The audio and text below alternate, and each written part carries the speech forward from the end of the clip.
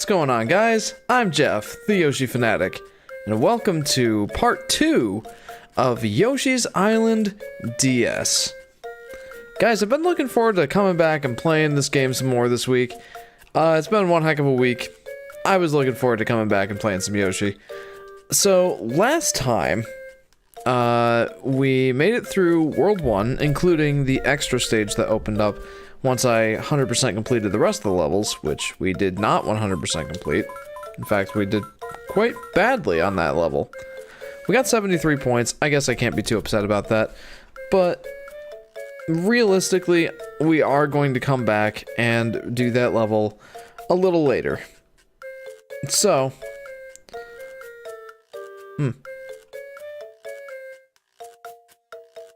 anyway, we're gonna come back and do that level again later. Probably after we've unlocked Wario. I feel like he might make a bit of a difference in that level, so we'll come back. We'll definitely come back. So, we also got through level 1 of World 2, and we did not collect everything. We need to go back and do that. So, why don't we go ahead and redo level 2, or World 2, level 1, starting right now. So, this is the level that we unlocked Baby DK on. And I feel like it's not... I mean, it might be possible to 100% complete the level. But I needed to get the next baby coin, so I had to come back anyway.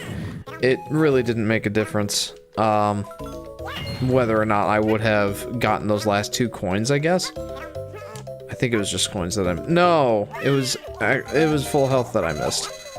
Forgot about that. Hang on, I gotta check something. Okay. Anywho, yeah, it was full health that we did not complete in the last time we played this level, which was unfortunate because we had found everything. So it would definitely have been possible to 100% complete this level.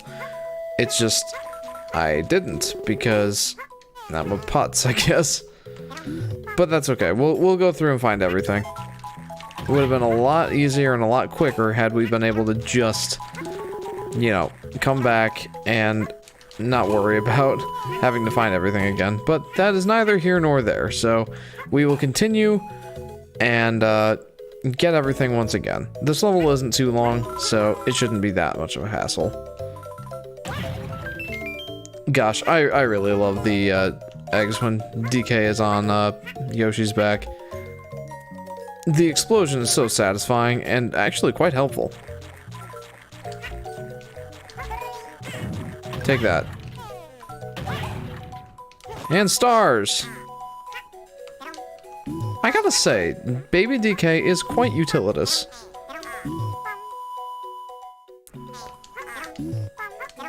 Okay, I don't really care about the key this time. It's just a bonus thing, like, you don't have to do that. Okay, were any of these red coins? Adam says, "Hi, Jeff." Hi, Adam. Welcome to, Yoshi's Island DS, Part 2. How are you doing tonight, my friend? Did you have a busy work week? Well, who am I kidding? Of course you had a busy work week. But you made it through. I'm glad to have you here. So, we played this level last time. I just didn't get full health, and there's a specific coin that I need Baby Peach to collect. So, and you couldn't get that last time I played the level anyway because you were locked to using Baby DK the whole level. Oh well, like I said, it's not that long of a level. Yes, it was busy. Ethan says, "Hello there." Hello, Ethan. Or, hello there, rather. Welcome to the stream. Welcome to part 2 of Yoshi's Island DS. How are you this evening? Okay. Like I said, it shouldn't be too bad to find everything again. The levels don't really start getting super long until later. I did mention in my top 10 Yoshi video that, or Yoshi Games video that, some of the levels got quite long, like 15 minutes on the longer end, maybe longer on some, like, of the really long levels. There's one in particular that I'm thinking of that, yeah, there was a level in Yoshi's Island DS, I think it was called The Really Long Cave. Yeah, imaginative name, I know. But I think that this game was like, ha! You think that's long? Check this one out! And then we're like, but no, why Nintendo? Why would you do this ever? That was the worst level in the otherwise wonderful game of Yoshi's Island. Why would you? And then they're like,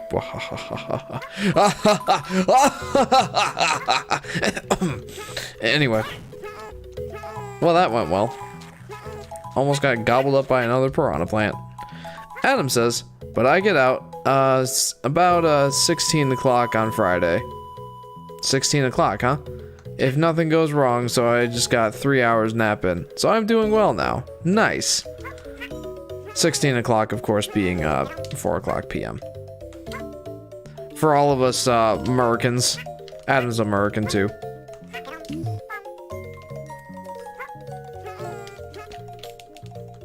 I am saying that right? 1600 hours, 4 o'clock p.m. It's military time. Hold on. How does that work? If we call that military time, that's the time they use in the military, but I know for a fact they use it in other parts of the world.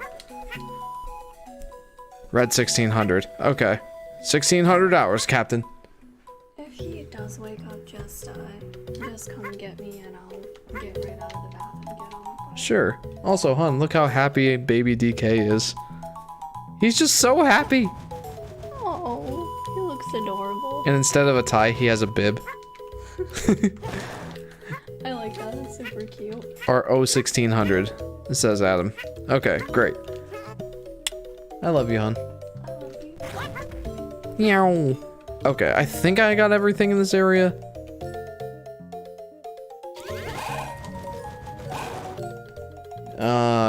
Maybe. I saw a bunch of these at TJ Maxx. Like, worst case scenario. Adam says, hi Sky, how are you and JJ doing? We're doing good, and Shaden's doing good too. She says we're doing good, and Shaden's doing good too. Shaden being the name of our daughter. Yeah, she's gonna go take a bath. How do I do this again? I think we need baby Peach, question mark? I mean, apparently not. Also, I think I need to turn down my microphone.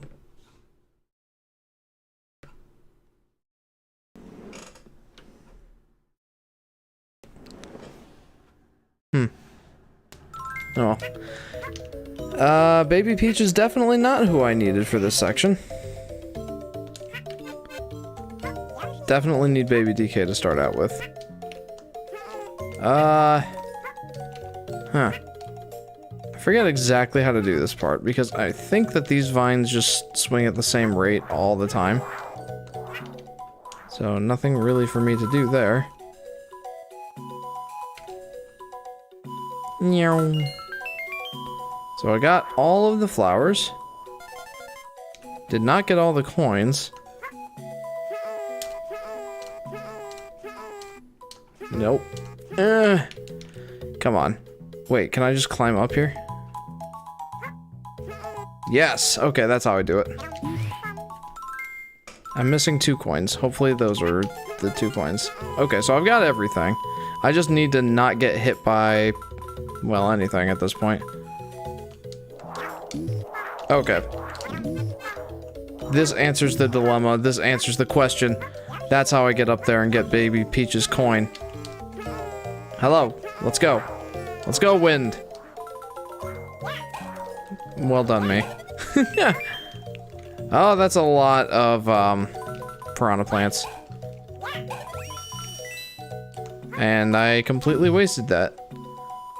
That would have been extra health had I needed it. I don't think I will. I think we'll be fine. Famous last words, Jeff. Okay, I think we just jump over these guys and get to the finish line at this point. Because we have everything, baby. We have everything. We're moving on. Yay, we did it. Okay. So, just went back to 100% complete that level. That's okay. I mean, we needed to do that anyway. Even if we had gotten 100 points, we had to go back and get that peach coin, so... It is what it is.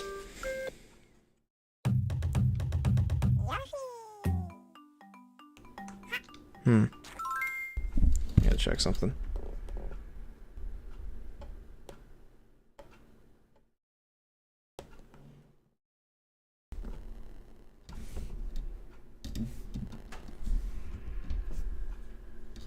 Interesting. See, my my microphone's speaker output. Did I just say speaker output? My microphone's headphone output is kind of making a weird buzzing sound. It shouldn't be doing that. I will get to the bottom of that later. Plushpocalypse says hi. Hey, Plushpocalypse. Welcome to Yoshi's Island Part 2. How are you doing? Welcome to the stream. I guess I'll just, I'll call you Plush from now on. Plushpocalypse is a little bit of a mouthful. Oh wait, no, I need DK. Come here, DK. We got a vine to climb, dude. Let's do it. Yow! Oh, I love that shoulder dash. What's interesting is, and I'll point this out a little bit later when we, do end up getting Baby Wario. Baby Wario is also in this game. That shoulder dash is very reminiscent of a move that Wario does, in his own games later. Canonically later, I guess, but I think the games came out before this. I'm doing good. I like the nickname Plush. Great, that's what we're sticking with then, and I'm glad you're doing good. But yeah, that shoulder dash is very reminiscent of a Wario move, like a Wario Land, I believe. And, yeah, Wario Land and Wario Land 2 and 3, I guess. Wario World. All of those games, and Wario Land Shake It. I might be missing some, but I kind of don't think so. Let me know. But Wario does a shoulder dash move in, I think, all of those games. Wait, there was one on the Game Boy Advance. What was the name of that one? It was like, that was Wario Land 4. I don't know, I didn't really play the Wario games. I started playing the Game Boy Advance one. Regardless, it is interesting that DK gets that move, because Chicken Plays says, hello, sorry I joined late, I didn't see the time, but I made it. Welcome, Chicken Plays. Welcome to the live stream, my friend. How are you? Yep, says Plushpocalypse. Okay. Oh man, I'm missing coins, dude. Erg. Pop's Corner says, ah! That wasn't Pop's Corner, that was me failing. Yeah, Plush. Pop's Corner says, hi, how are you? I always loved the DS games. Hi, Pop's Corner. Welcome to the stream, dude. I am doing just peachy. How are you? Yeah, I'm a big fan of, a lot of the DS games. Not all of them. Some of them were stinkers. But the DS was home to many a good game. And, I don't think my childhood would have been quite the same without it. Yoshi, come on, man! Okay. I always hated the mole transformation.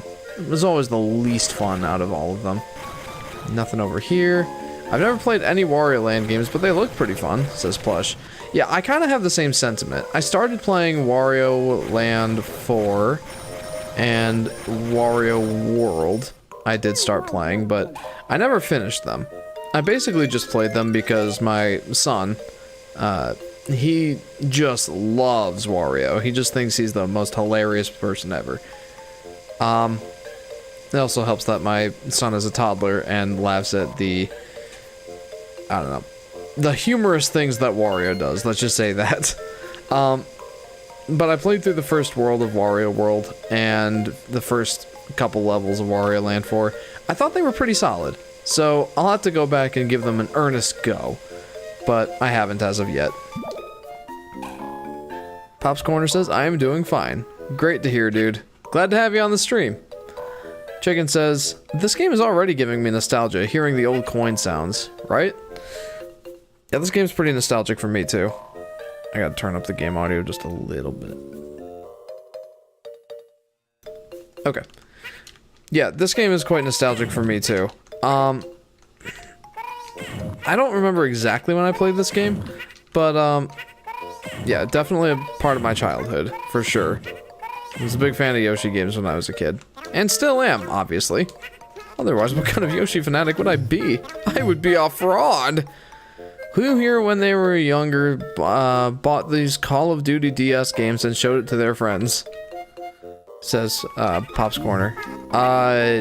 Not me, but I know they were a thing. Did anyone play them?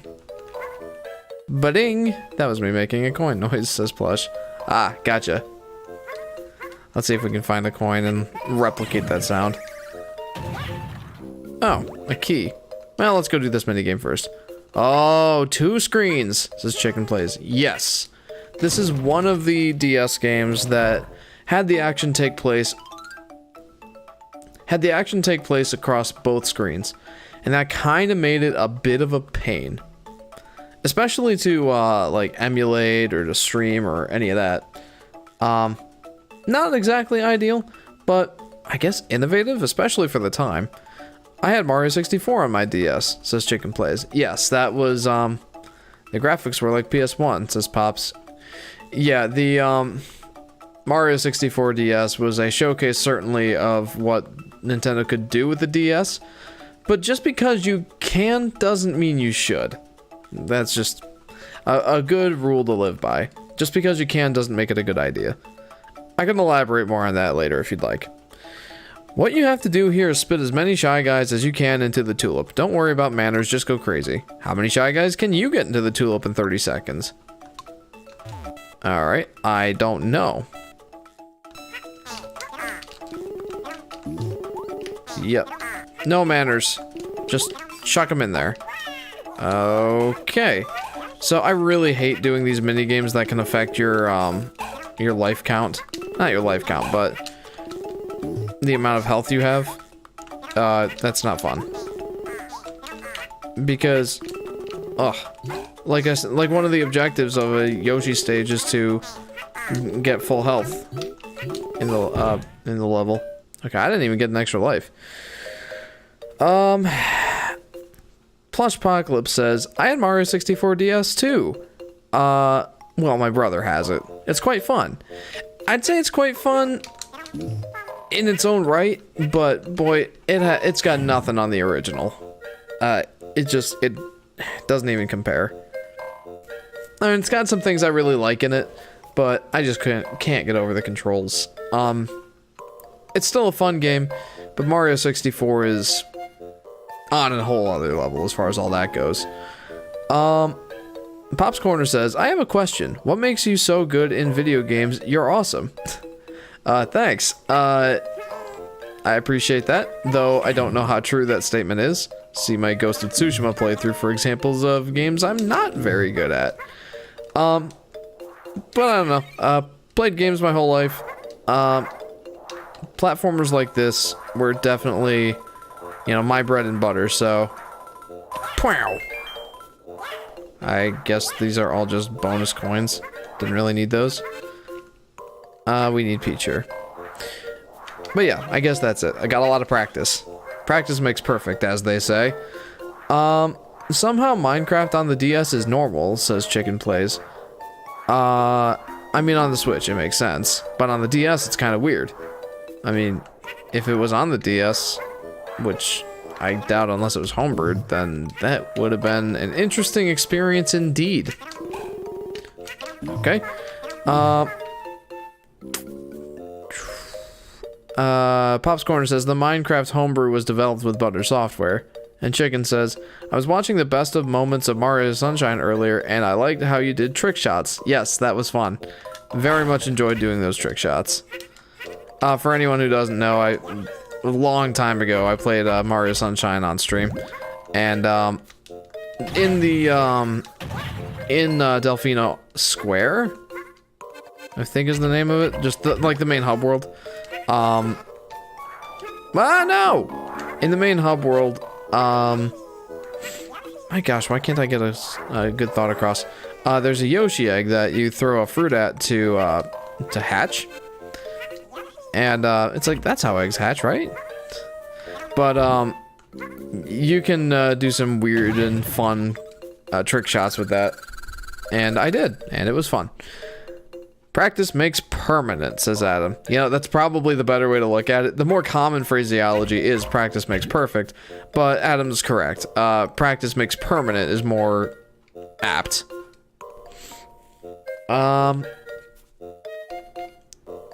Plush says, the Shy Guys go, paint, bow. Like they do in Yoshi's Story. I can't get over the controls of both. Ugh. Both games are too clunky for my modern baby hands. Oh, fair enough. I guess what it is for me is, like, I've mastered the Mario 64 controls. Like, you know, I could get better, but to the extent that I am ever going to be good at that game, I've pretty much, for all intents and purposes, mastered the controls. And, like, they are a bit clunky, I'll give you that. Being one of the first 3D games, that makes sense. But the controls are simple enough for you to pick up, but there's enough complexity to the controls to really keep you going. At least in my mind. It lets you do some crazy tricks, and I love it for that. It's just a game that has, like, a low skill floor. Like, it's not too hard to get into. Like, you can get through the whole game just doing basic jumps and you'll be fine. But you can also, it also has a very high skill ceiling, meaning that you can get really good at that game to, like, an obnoxious level. And that's awesome. I love it when games do that sort of thing. Pop says, what is the oldest console you currently have? I have a Sega Genesis. I have a Super Nintendo Mini style, not like the Super Nintendo style, like, emulation box that Nintendo put out a couple years ago, but like the revision of the Super Nintendo. It was smaller, it had, like, smaller buttons, didn't have, like, a cartridge eject button, which was unfortunate, but I have that. And I guess that would be my oldest console that I have. Unfortunately, that one does not seem to work anymore. Maybe it just needs a good cleaning, I don't know. But it's been acting up lately, as well as my N64. So yeah, there you go. Mine is either the N64 or the Xbox Original, says Chicken Plays. Gosh, I hooked up my N64 a couple weeks ago. I want a Super Nintendo, says Chicken Plays. Super Nintendos are pretty great. I love my Super Nintendo. And Super Nintendo games are just... I feel like the Super Nintendo was really where it was at with Nintendo back in the day. It just had so many great games. It was a great console.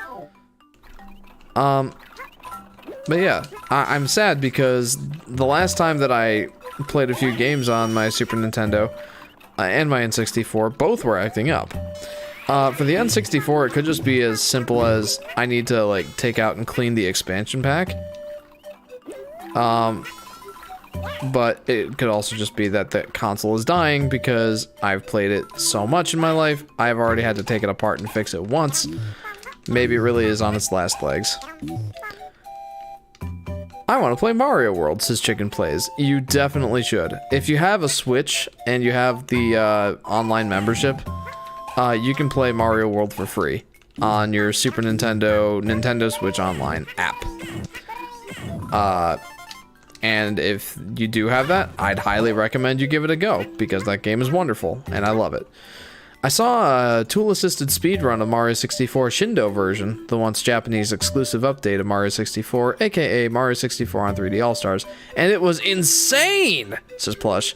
Yeah, those speedruns, dude, there's nothing in video games in my mind more satisfying than watching or doing a speedrun of Mario 64. Like I said, that game's got a ridiculous skill ceiling. Like you said, the tricks that you can pull off are insane in that game. And I think that's why it's so fun for me to still go back and play to this day. Like, it really hasn't gotten old for me. I can play it on my Switch, but I need something called Nintendo Online. I like how I just said that, lol, says Chicken Place.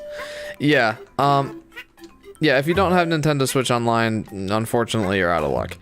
But if you do, and it's $20 a year, so if you're willing to put in that expense, you will have access to that game.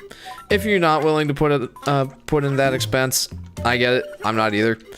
But yeah, that's pretty much your only modern way outside of emulation that you're really able to play that game. Though if you do go the emulation route, the emulation of Super Nintendo games is really solid. Are you a Sega fan? Asks Pop's Corner. Not particularly. The only thing I really know from Sega, I guess the only things I know from Sega are Sonic the Hedgehog, which is like, duh, everyone knows Sonic. And, Knights, oddly enough. Oh, I guess Super Monkey Ball too. Like, I never played it, but I know of its existence. I'm happy because at least I know mostly a lot about this game, and I'm not super confused like in the last game, says Chicken Plays. Yeah, Ghost of Tsushima, it was, you know, it's the only one in its respective series. It's not really a series, it's just a one-off game. There may be, sequels down the line, since that game, I think it did really well. It's a great game, too. But yeah, like, it's fine that you didn't know anything about it. But I am glad that I played it on Livestream. I had a lot of fun with it. Okay. So, I got the baby coin there. Good. So, in the last stream, guys, sorry. In the last live stream, I played one of the extra levels. And I kind of wish I hadn't, because that took like an hour for me to beat. Not exactly a grand old time. So that kind of made me think, should I keep doing these extra levels as I'm going through the worlds? Because that's how I would normally play the game. Or should I leave the extra worlds for later and come back to them? I'm really not sure. If you guys have an opinion either way, I guess let me know. I do like the additional challenge, but I really was not a big fan of that, that first extra level. So, we're at 0 out of 1 right now. 0 for 1, not exactly a good record, but, you know, maybe they'll get better as we go along. I don't know. Gotta go, I enjoyed the stream, says Pop's Corner. Well, thanks for joining the stream, Pops. I appreciate you. Have a good one, my friend. Perfect parry, says Chicken. And Plush says, I just discovered a DS game called Meteos. It's a puzzle game created by the same guy who made Smash, and it actually shows. Really? That's interesting. First I've ever heard of it. Would you recommend it? I do like puzzle games, but I'm not like a puzzle games aficionado. I guess I just kind of enjoy them on occasion.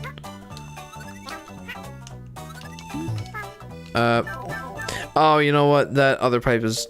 What is that other pipe for? Wait, what in the world? I am confuzzled. I don't know. I'm thinking do them as you go along, says Chicken Plays. Okay. Yeah, we can certainly do that. Anyone else? Whoa! I would say speak now or forever hold your peace, but it's not really an urgent matter. You can let me know whenever you want, really. No, Peach! No, Peach, I need you! Come back! Come here! No, Peach, come here. No. Okay, I will survive this. That was nuts, dude. That did not go well. I mean, I guess it kind of went well, because I'm still alive. But that is the extent of its going welledness. That's not a word. Okay. What other secrets and special surprises does this level have to offer us?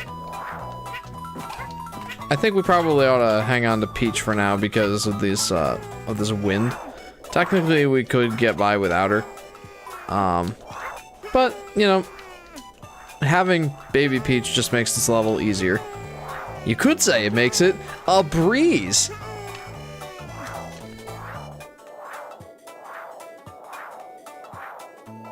Oh boy.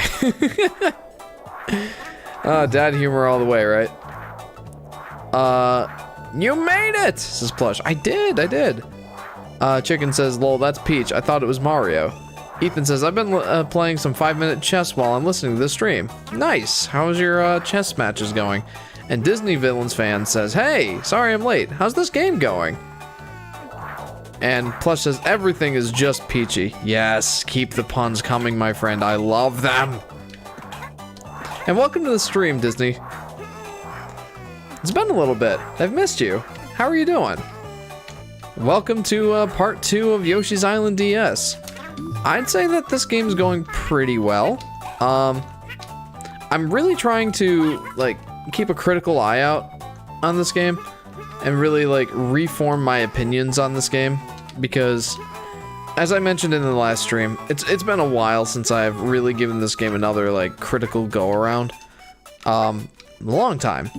So, I want to, you know, look at it with a bit more of a critical eye and be like, okay, yeah, this is good about this game, this is bad about this game, and, like, I'm not gonna... I stand pretty firm on where I put it in my top 10 Yoshi games list. I don't think that's gonna move, but I may just develop some new opinions on this game. I'm having a lot of fun with it so far. So, yeah, there you go. That was a bit of a long-winded answer to your question. Alright, so we got the baby coin, and full disclosure, I really don't have any idea as to what those actually do. But it does say something special happens if you get all of them. What? What? Well done, me. Can we get up there? I kinda don't know.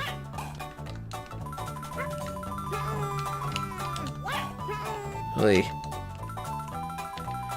The dual screen of the Yoshi's Island DS kind of gives me a headache, not gonna lie, says Disney Villains. Yeah, it's not my favorite aspect of this game. I mean, I think it's fine, question mark? But it's certainly not my favorite thing. Oh, I think... What is this? Oh boy. The one thing that really bothers me about the two screens aspect of this game is just... Come on, dude, really? It's just the fact that, you know, stuff can get, you know, lost in the gap between the screens. That is not a jolly good time, I must say. And it's not like the DS, or the two screens here is really even that well implemented. Like, most of the time, I was thinking of this while I was watching my stream last week, or over the last week. Where does this go? Oh shoot. Did I screw up? I probably did. Actually, no, now that I think of it, I don't think I did. I'm confused. Anyway, as I was rewatching the stream this last week,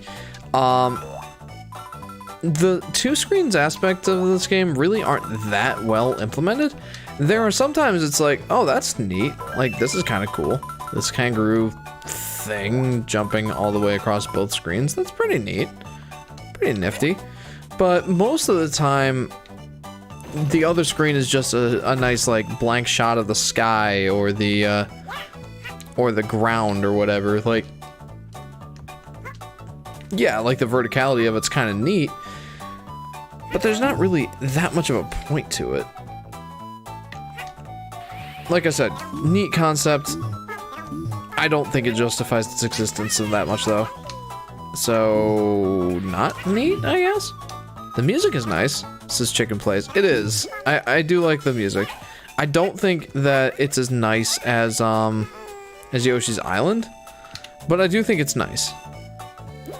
Weird question. What if Baby Daisy was in this game? What if Baby Daisy were in this game? That is an excellent question. It would have been kind of neat. I would think that would be cool. But, it does make you wonder what she would offer as far as gameplay goes. Because each of the babies, I don't know if you're aware of this, but each of the babies gives Yoshi moves different aspects. Like, you've seen me already with Baby Peach being able to, like, float with a parasol, but even the egg throws, they break on contact with pretty much anything, and I think they travel slower. And the duration of Yoshi's flutter jump, I think, is longer with Peach. With Daisy, I feel like she would be pretty similar, but Daisy's kind of more of a tomboy than Peach is, so I have a feeling that, you know, she wouldn't be quite as dainty, and I feel like Yoshi's moveset would reflect that. I'm not sure exactly how, but that's kind of what I think would happen. I don't think I'll ever be able to play this game because I never know which screen to look on, says Plush. Yeah, I mean, like I said, it's tough. I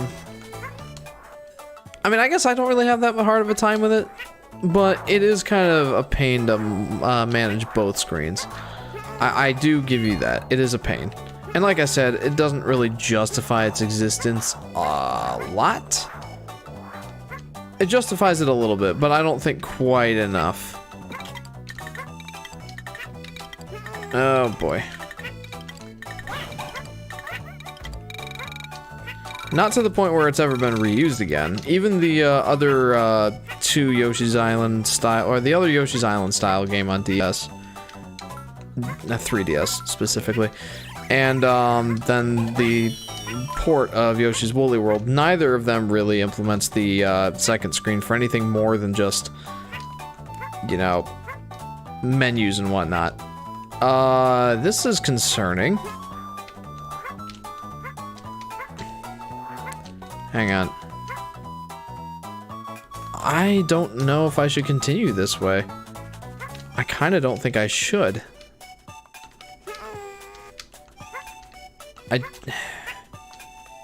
No, I don't think I should. Like Peach, but different, says Plush. Obviously, she would be crying all the time, says Chicken.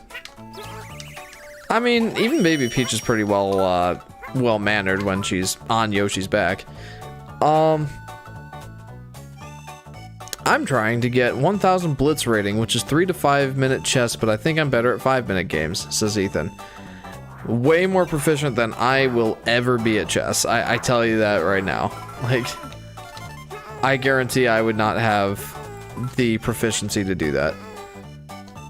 So, you know what? Kudos. Kudos to you. Disney says, how about Daisy creates flower platforms? Or some sort of flowers at the very least. That's an excellent idea. I mean, considering that, you know, flowers are pretty much her thing. Like, no! Shoot. I'll probably find some more health. I'll be fine. Hey! That's probably what that is. Bring that back. No! No! That could have been health. I don't know what that was. Yay! Says Chicken. But yeah, I think that the flowers idea is a really good idea. I'm not exactly sure how they would implement that or what they would do with that, but that is a good idea. Like, maybe on contact, Yoshi's eggs explode into flowers that, like, you know, maybe the egg itself doesn't damage the enemy, but like flowers sprout out which do damage the enemy? I don't know. Or maybe like once Yoshi's jumped, he can make like a one flower platform that he can jump off of, but it's only one time use until he touches the ground again? I don't know. But then you could probably also use, you know, a parasol with Daisy, to have a similar, or like a daisy that she holds, like a giant daisy to kind of do a similar effect that the parasol does. Yay! Never mind, you lost health. It says Chicken plays. Yes, I think I'll make it up. It'll be okay. I mean, we can't just give a yellow parasol to baby Daisy and call it a day. She cannot be too similar to Peach, says Disney fan. And Plushpocalypse says, explosive flowers! I'm liking all of these ideas, and you're right, like, we shouldn't give her a parasol. I like the idea of giving her, like, a giant daisy that acts like a parasol. I don't know if that's... Oh no, one of these? Oh no. Oh no. You know, as cool as the verticality is in some of these levels, there is something that I get frustrated with about them. And that's that, you know, when you can go anywhere on the screen, things can be hidden anywhere on the screen. Or, I mean, on the screen.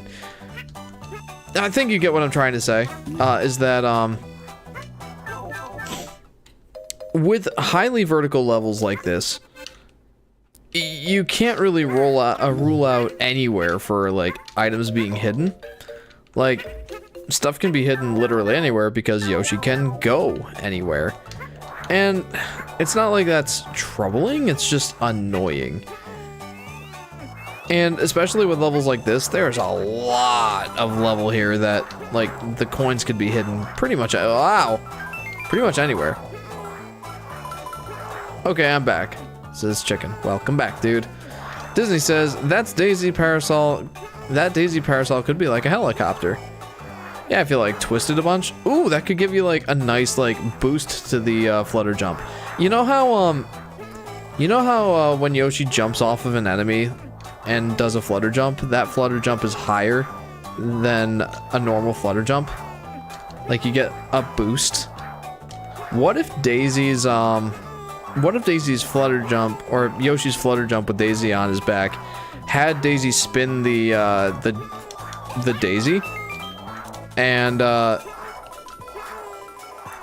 like gave him that extra boost that an enemy normally would. Ooh, man, I'm really liking these ideas. I feel bad because I'm coming up with most of them, but I like where this is going. If someone does a mod of Yoshi's Island, or Yoshi's Island DS, and includes Baby DS, I want to see these ideas implemented. And honestly, like, you'd only have to modify the game's behavior a little bit, because that sort of mechanic of a boosted flutter jump already exists in the base game. You wouldn't really have to tweak it that much to make it work every time that you flutter jump with Daisy. I like this. I love boosted flutter jumps. This is plush. Oh, me too.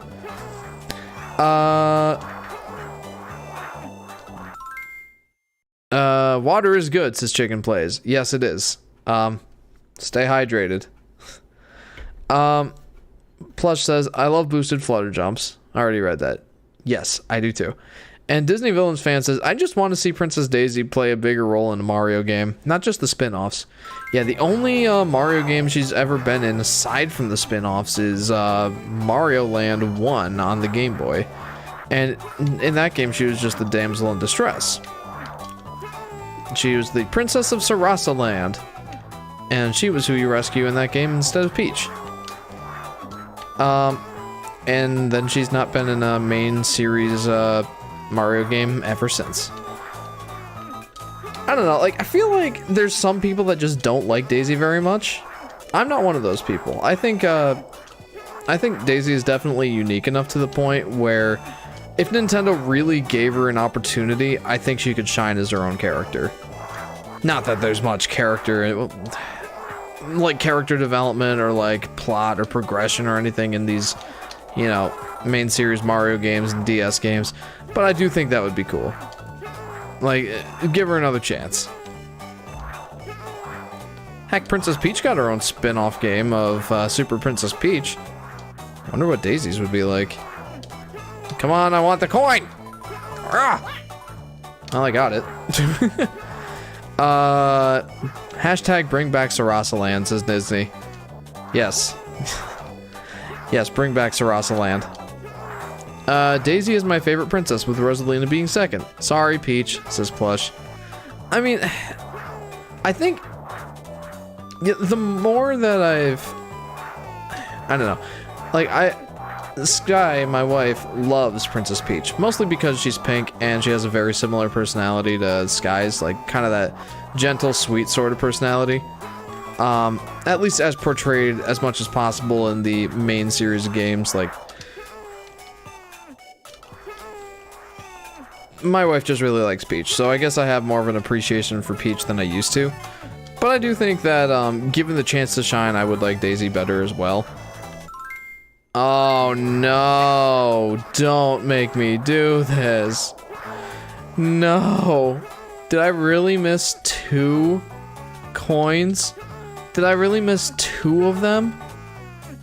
Oh no, guys. No. It would be Super Princess Daisy. I guess it would be. Did I really miss 2 coins? Gosh, dang it, dude. And this was in the time before, you know, you could just come back to the level and find the other 2 coins and be on your merry way. Like, if I miss 2 coins, I have to come back and play it all again and get everything again. I don't get to just, you know, try and find those 2 coins again. That's not how this one works. Oh, man. Why? Oh. Gosh, dang it, dude. Super Princess Peach could have gotten a sequel or 2 by now. She really could have had a franchise like Yoshi and Wario. You know, I feel like, you know, I haven't played that game in a long time, but I do feel like that game was underappreciated. Probably because mostly of its weird tropes. Like Princess Peach's powers being based off of her emotions. In the context of the game, it makes sense. Like, Bowser found this, I don't want to say the name of it, because there's some, you know, internet around it. I'm just gonna leave it at that. But he finds this item that, like, throws the entire kingdom's emotional swings out of whack. And, I guess in the context of that, it makes sense that Princess Peach's powers would be based off of her emotions.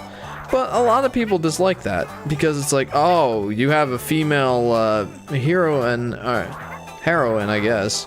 Not like the drug heroin, but heroine. How do you pronounce that? It's spelled like, I don't know. Let's just say heroine. Shoot. Well, this sucks. Like, you have one female hero in the video game, and of course her powers are going to be based off of her emotions. Not cool, Nintendo. That sort of thing. I feel like that's part of the reason that game gets a bad rap. Not even a bad rap, just like, you know, people focus on the wrong things about the game and don't appreciate what it really did bring to the table.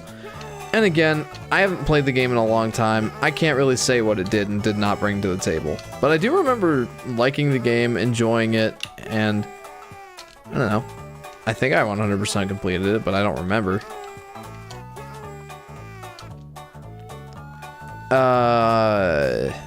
Plush says, just goes to show, Nintendo is milking Peach way too much.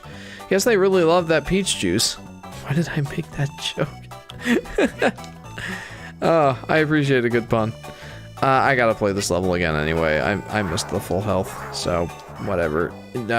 Should I move on, guys, or do you want me to find everything in this level before moving on? Chomp.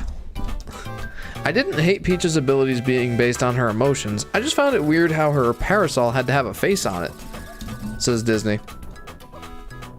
Yeah, I mean, I didn't mind that so much. The Mario games are well known for having sentient object allies, I guess. Cappy being like the most recent example, I guess. I didn't really mind the parasol being sentient. And actually, I don't remember exactly the details, but I do remember a kind of sweet story surrounding it. I don't remember. Heroine, my favorite holiday, says Plush. Well, I don't really want to call her a heroine, because heroin is a terrible, terrible drug.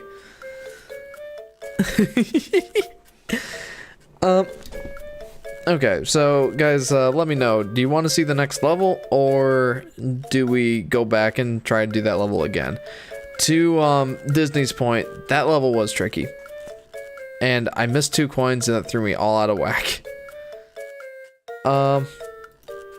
Alright.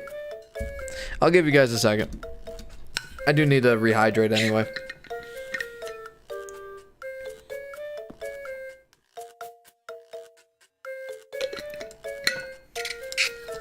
Oh. Excuse me.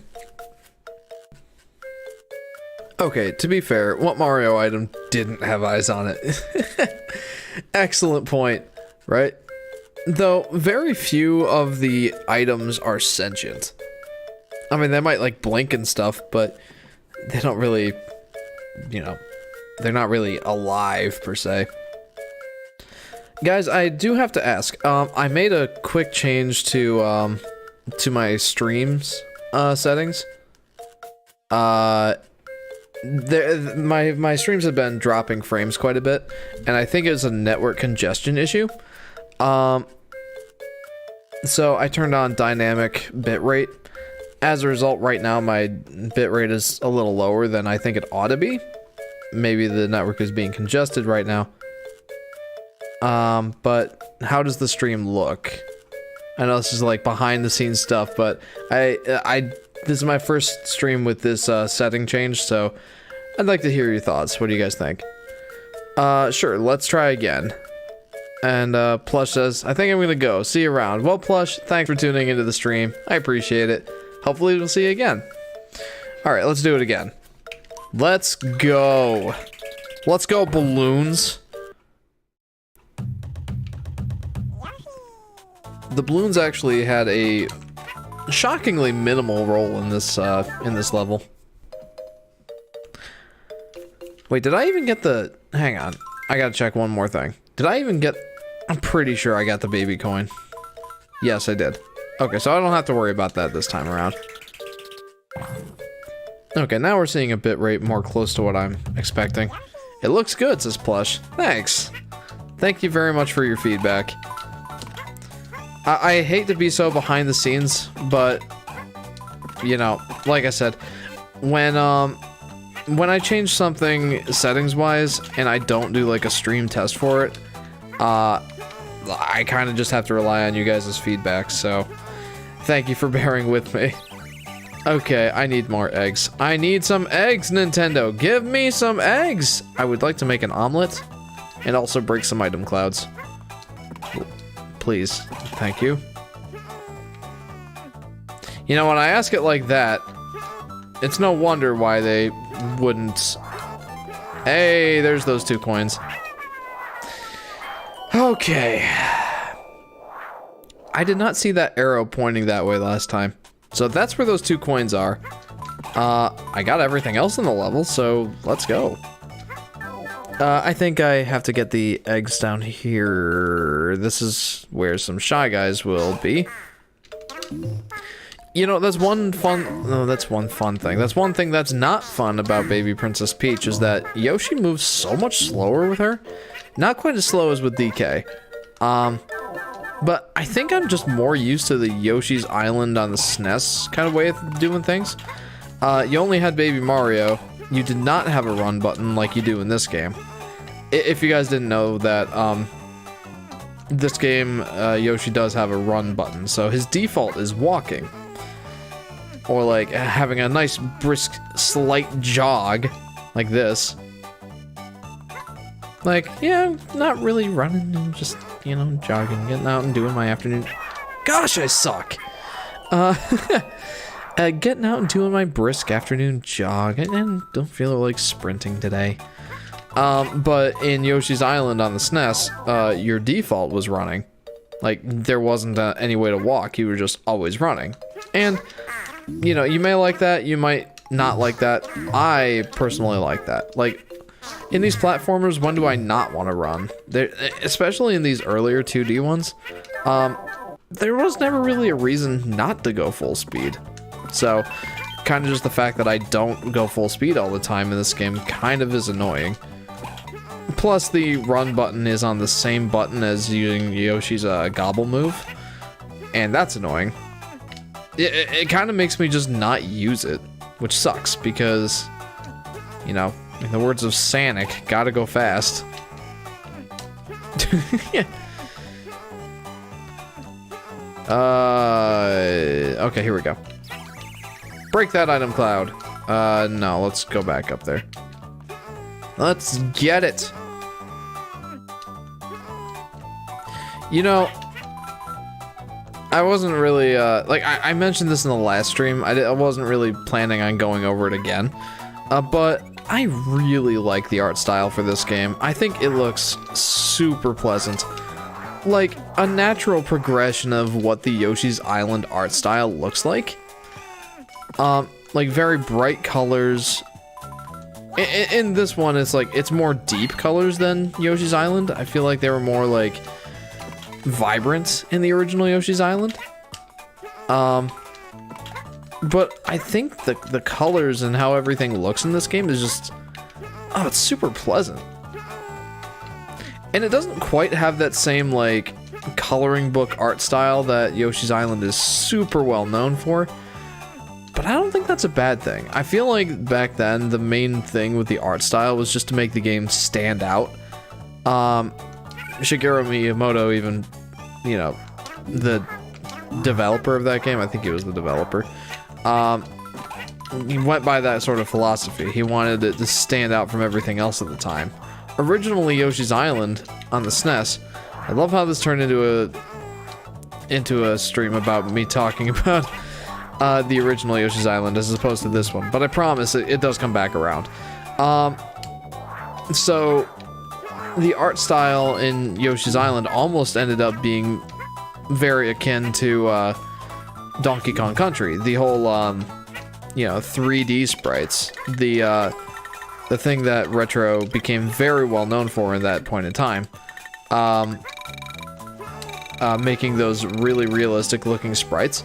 And, you know, Miyamoto started making, like, a very unique art style that didn't look anything like Donkey Kong Country. And this was coming right off the heels of Donkey Kong Country's major success. Because Donkey Kong Country had come out in '94, and it was just mind-blowing to everybody. It really gave Nintendo a big leg up on what the Sega Genesis was doing at the time, which was trying to say, like, Nintendo's graphics look, you know, not good, you know? Like, maybe that wasn't exactly what their marketing was like, but it kind of had that same sort of, you know, effect, I guess. Like, that really gave Nintendo a chance to show off the horsepower of the Super Nintendo. That said, oh my gosh, I suck. That said, the Nintendo's investors at the time were like, you know, this game needs to look like, you know, Donkey Kong Country. We need to have more games that are super graphically impressive. Like, that's what they all wanted. That's what they thought the fans wanted. Or I guess more accurately, what they thought would make money. Ah, no! Don't do this game! No! Anyway, that all is to say, Miyamoto said no. And as a result, they ended up going with a more unique art style with Yoshi's Island. And boy, did it pay off. Like, that game is still gorgeous to this day. I feel like Donkey Kong Country still looks good, but I don't think it aged as well. Not that it aged poorly, mind you. It still looks great, but I think that Yoshi's Island really just has something special going for it. Oh, come on. That's not what I wanted. Fine. Dude. Oh, there's red coins up there. The thought of Yoshi's Island looking realistic on the Super Nintendo is actually pretty scary. I'm glad they went with the style they got, says Disney Villains fan. I would agree with that. I don't know if I'd go so far as to say scary, but wowza, wowza. But certainly different, and I don't think ideal. I honestly am super happy with how Yoshi's Island looks. You know, maybe the platforms will respawn if I just go into that other section of this level. Wherever that may be. Right here, I guess. Welcome back, Chicken Plays. Okay. What was I gonna say? Okay, that all leads into this. The art style that Yoshi's Island had at the time was extremely novel and was like a big selling point for that game. Just, it looks fantastic. It still looks fantastic. And then this game was kind of just a natural progression of it. I don't think this game looks quite as iconic as the first game did, just because the kind of coloring book sort of coloring isn't as pronounced. I think they just went with a more clean art style here that really it's just not the same. But I don't mind that. Like I said, I actually think this looks extremely nice. I think that the more deep colors, I mentioned specifically the purple color in the last stream, the purple Yoshi, which we'll see in a little while. I think that color looks fantastic. It's got so much blue in it. Adam, if you're still here, Adam was my old co-host on my on the last channel I used to live stream on, if anyone's not familiar. Adam's favorite color is like a royal purple. And I feel like that purple Yoshi is much more close to being a royal purple than in the original Yoshi's Island, which I prefer personally. I like purples with more blue in them. Where am I going with all this, Jeff? I think Nintendo knew at the time of this, at the time of this game, and it's something that they've forgotten. I'm kind of giving away a little bit of a video idea I want down the line. But I think Nintendo forgot something that they knew at this point in the game. They forgot it down the line. And that's the Yoshi art style is not supposed to be a reflection of the setting of the Yoshi game. I'm familiar with that channel, says Chicken Plays. Yeah, Volatile Upgrade, my old live streaming channel and Let's Play channel. Loved that channel. That was a lot of fun. But anyway, I'm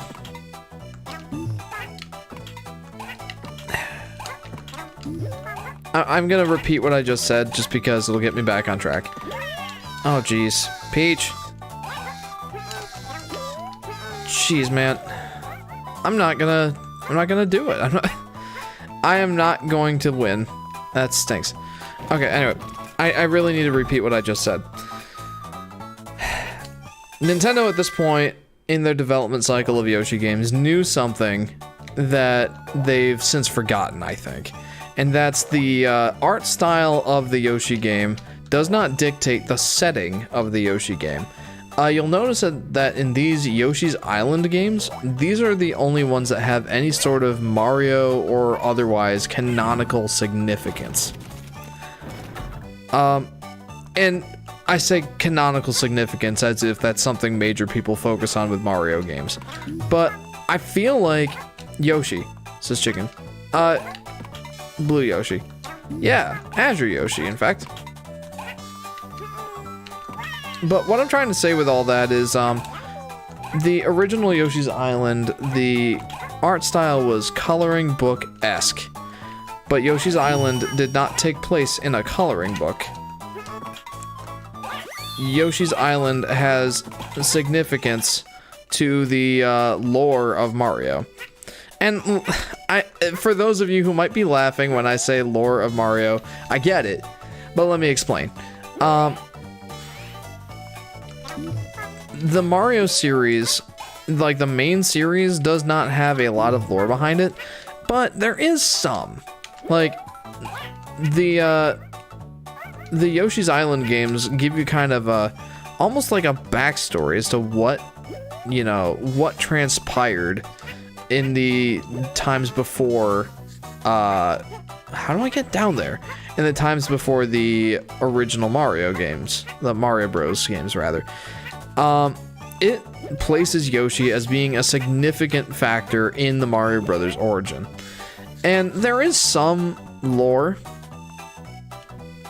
I guess, for lack of better words. There is some lore in the Mario series. Like, there's different kingdoms, like Sarasa Land and Bean Bean Kingdom and the like. You know, places that take, places that happen or have stories and plots outside of the Mushroom Kingdom. Like, there is lore to the Mario Bros. Games. And Yoshi has a significant place in those. What's your favorite Yoshi color, says Disney fans? I'd have to say, I guess it really depends on the game. Because, like I said earlier, this game has nice deep colors. So I guess in this game, probably the purple one. But just in general, Azure. Azure is the closest, this color, Yoshi. Azure is the closest color to my favorite color that Yoshi's come in, which is like a blue-green, like an aqua or a teal. So I'd say this one. Oh, I forgot Orange Yoshi, says Chicken Plays, listing a bunch of different colors of Yoshi. Okay. Where I'm going with that, like, the point of that whole last tangent is, yeah, Mario does have canon, like a sort of lore to his games. It exists. And the Yoshi's Island games, mine is orange, says Chicken. There you go. The Yoshi's Island games are the only Yoshi games that really feel like they have any significant amount of, you know, lore to them, question mark, in that this takes place before the Mario games. Yoshi, as I said, Yoshi has a place in Mario's origin story, essentially. And I feel like the rest of the Yoshi games, like all of the Yoshi games that do not tie into another, like a Mario game, don't have any sort of like lore significance. And it's not like there's that much to Yoshi's character, right? He's just a jovial dinosaur who has a good time. But none of the other games really expand on, like, you know, what sort of, you know, struggles that Yoshi might have encountered on Yoshi's Island outside of the Mario games. And, like, Nintendo clearly has interest in making Yoshi games because they're fun, but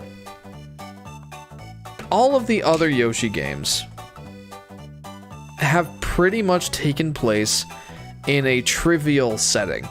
A setting which really doesn't matter. The only two games that I guess you could kind of make an argument for are Yoshi's Story and Yoshi Topsy-Turvy, but in both of those games the same thing happens. Yoshi's Island gets turned into a book, and then Yoshi has to get to the end of the book and turn it into not a book anymore. And I'm just gonna stand here and talk about this because it's something I've been thinking a lot about, trying to figure out, you know, why does it matter so much to me? But, like I said, in both of those games, the plot is, you know, Yoshi's Island got turned into a book. Bad, to get to the end of the book and turn it into not a book anymore. And then Yoshi's Woolly World and Crafted World, as wonderful as Yoshi's Woolly World is, makes literally zero impact on anything that would have any sort of backstory or any sort of lore building or world building for Yoshi. It's just a world made of yarn that you happen to play as Yoshi in. And I didn't even know this, but like recently I found out that some of the artwork, or some of like the proto artwork, like official stuff for Yoshi's Woolly World, lists Yoshi being several millimeters tall, essentially saying he's a plush doll, which that's exactly what he is in that game. And then Yoshi's Crafted World is even worse, because Yoshi's Woolly World at least made you sort of believe that, you know, in this game, Yoshi's world just happens to be made out of yarn. That's a much more palatable art direction and like explanation for that art direction for me. But Yoshi's Crafted World is just flat out in a realistic setting where you'll go out into the yard, you'll see a fence and a cinder block in the background, or like everything's made out of paper plates and everything. Yoshi's just a toy. This is why I think that Nintendo has forgotten that the art style of Yoshi games does not dictate the setting of the Yoshi game. And it doesn't have to. Like, the Paper Mario games, originally, I'm kind of just, like, ranting. I'm sorry. Like, let me know if this is boring and you want me to stop. But, you know, the Paper Mario games, again, something Nintendo forgot had some sort of significance outside of its aesthetics.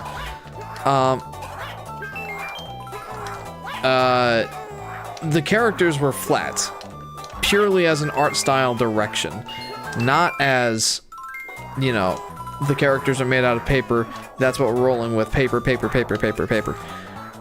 Paper, please! The point of that is the early Mario or Paper Mario games had a significance, had a world building, had a lore that was more significant than just this world is made out of paper. Things that are bad happening to paper help, I guess. Interesting, says Chicken. In the same way, I feel like, you know, Yoshi's Island's art style was originally just a selling point for, hey, this game looks great. And I feel like it turned into every Yoshi game has to be in like an art book or a coloring book or just in, when Goodfield got a hold of the game series. Turned out great games, but forgot that the setting isn't dictated by the art style. And as a result made a game that doesn't feel like it has any sort of world building, lore expanding significance. And that's frustrating. I think especially this Yoshi game has some interesting implications to it that I'd love to see explored in a later Mario game or something like that. Or even a later Yoshi game.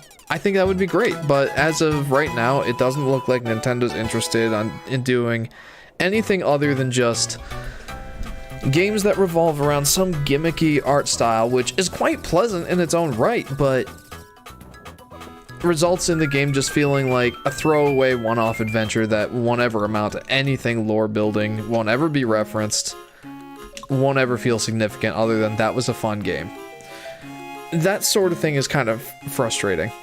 So there is my long-winded rant about why I think we need a new art style for Yoshi games, and just kind of like a refocusing on what a Yoshi game is. The last few Yoshi games have been great, mechanically speaking and gameplay wise. I've really enjoyed them. That's why Yoshi's Woolly World is so high on my list, but it would just go that extra bit further if the game were able to build on some sort of lore or some sort of significance outside of game fun, play game fun.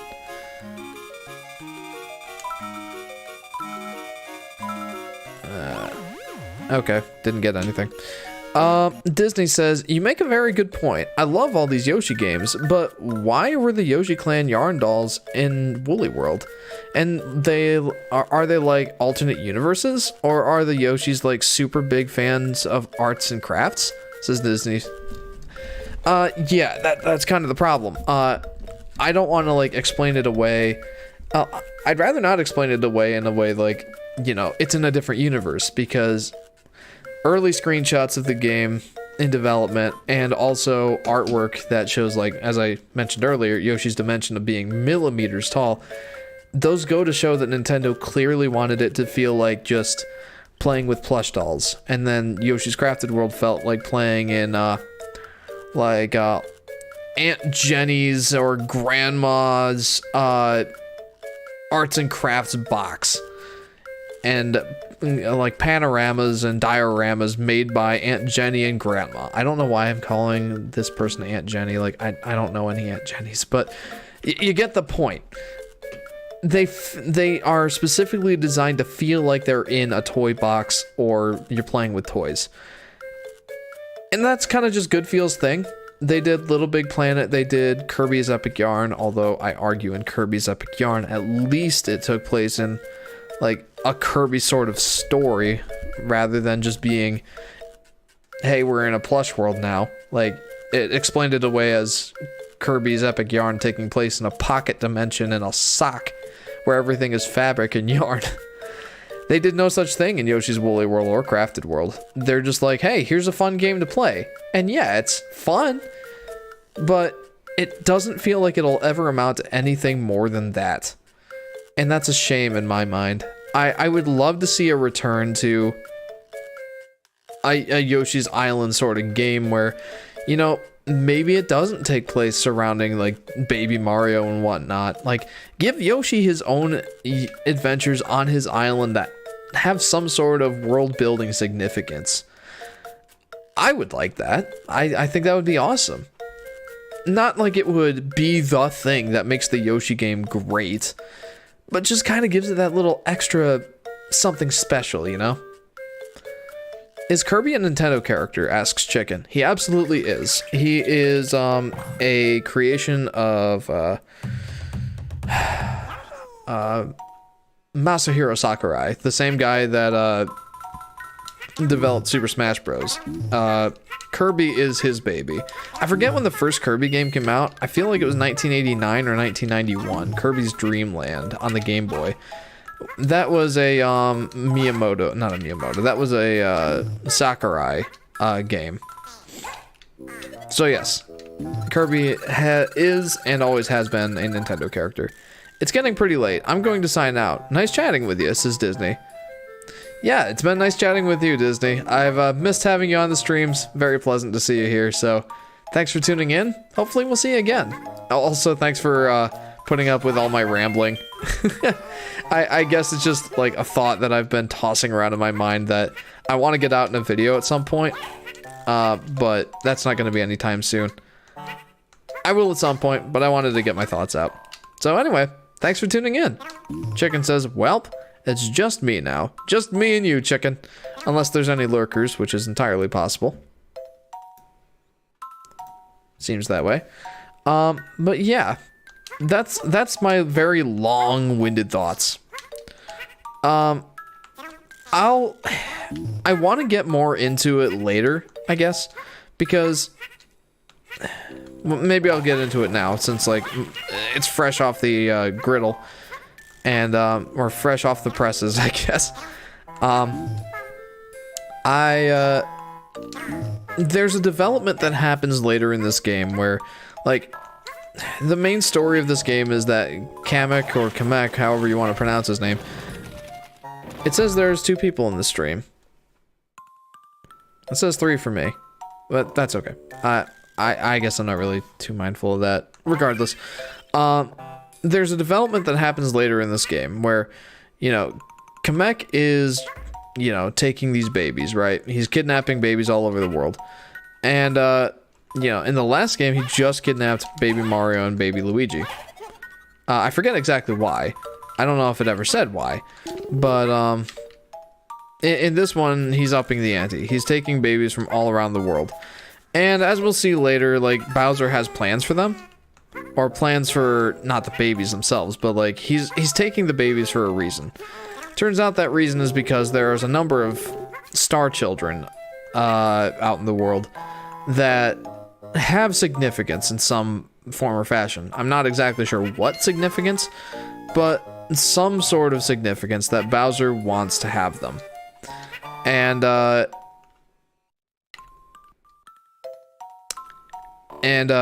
like I said, the Star Children, it turns out the characters that are the Star Children, I'll spoil this now, just because I feel like it, and it kind of helps build my case.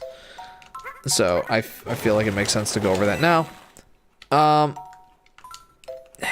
The Star Children are Baby Mario, Baby Luigi, Baby Peach, Baby DK, Baby Wario, Baby Bowser, and there's a 7th one. And that turns out to be a Yoshi that hatches out of the egg. Kind of, this green Yoshi that hatches out of the egg, I believe is the main Yoshi that we see in all of the, in all of the, like, spin-off games, all of the Mario parties, all the Mario sports games, all that. This green Star Child Yoshi is that Yoshi. Like, the main Yoshi. There's one Yoshi that we, know, can speak, you know, Mario's language. In Mario RPG Legend of the Seven Stars, this level does not like this emulator, or the other way around. Anyway, there's one main Yoshi that can speak Mario's language, which I presume is English, but he acts as a translator for the other Yoshis on Yoster Isle in that game, and he has significance in a few other ways, and that's, like I said, that's the Star Child Yoshi that hatches at the end of the game. What? Maybe? Yes. Chicken plays. Not sure exactly what that's in reference to, but what I'm trying to get at is they introduced the idea of these characters being star children. They're special children. They're special characters. And in the sense that they are, you know, mainstays of the Mario series, yes, that makes sense.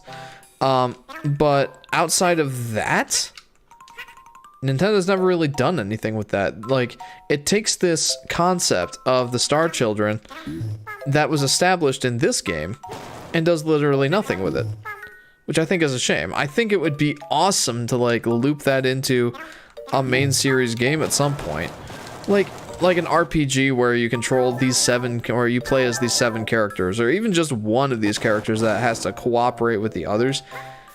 Or even just like a platformer where you can play as one of these 7 characters and each one of them has different aspects. And have the platforming game have some sort of lore significance. Something, at least. Like, this concept of having... oh, that might be the problem. I don't have the window activated. Anyway, something that has some sort of significance in the world building of the Mario series. Because it's an established thing. Like, oh, I see what I'm supposed to do here. It's an established thing. Why not do something with it, you know? Oh, I completely screwed that up. I guess I'll just kill myself. That would be cool, says Chicken Plays, right? And it would make sense because they're introduced as being special children in this game. And, you know, like one of my fans said in the Discord recently. Oh, that was just an extra life. Shoot. As one of my fans said in the Discord recently, well, I mean, yeah. No, duh, they're special. Like, they're the special characters in this Mario series. They're like the main gang. Of course they're the Star Children. Like, that's what that means. And I'm like, well, yeah, but this could be so much more. And, I wish that it was. I wish Nintendo would explore this avenue. If I had anything to say to Nintendo regarding, you know, the Yoshi story, I would say do something with the idea of them being the Star Children or something like that. Like, there's a lot of potential that I think that the Yoshi games have, and they haven't explored it. Mostly just because they've refocused their attention on, you know, the Yoshi games are just fun games that anyone of any age can play, and they have the specific design loop where, or the gameplay loop where, you know, you go through a number of levels, you find a number of collectibles, and move on. And it usually has a very low skill floor, a variably high skill ceiling, meaning that some games can be, you know, have a higher skill ceiling than others. Just meaning, like, it can be more fun for a veteran player. Like, that seems to be the main deal that Nintendo sees with Yoshi games, and, like, the main point of them, and I can't blame them for that. But I think that this series deserves more than just what it's been dealt, what it's been given.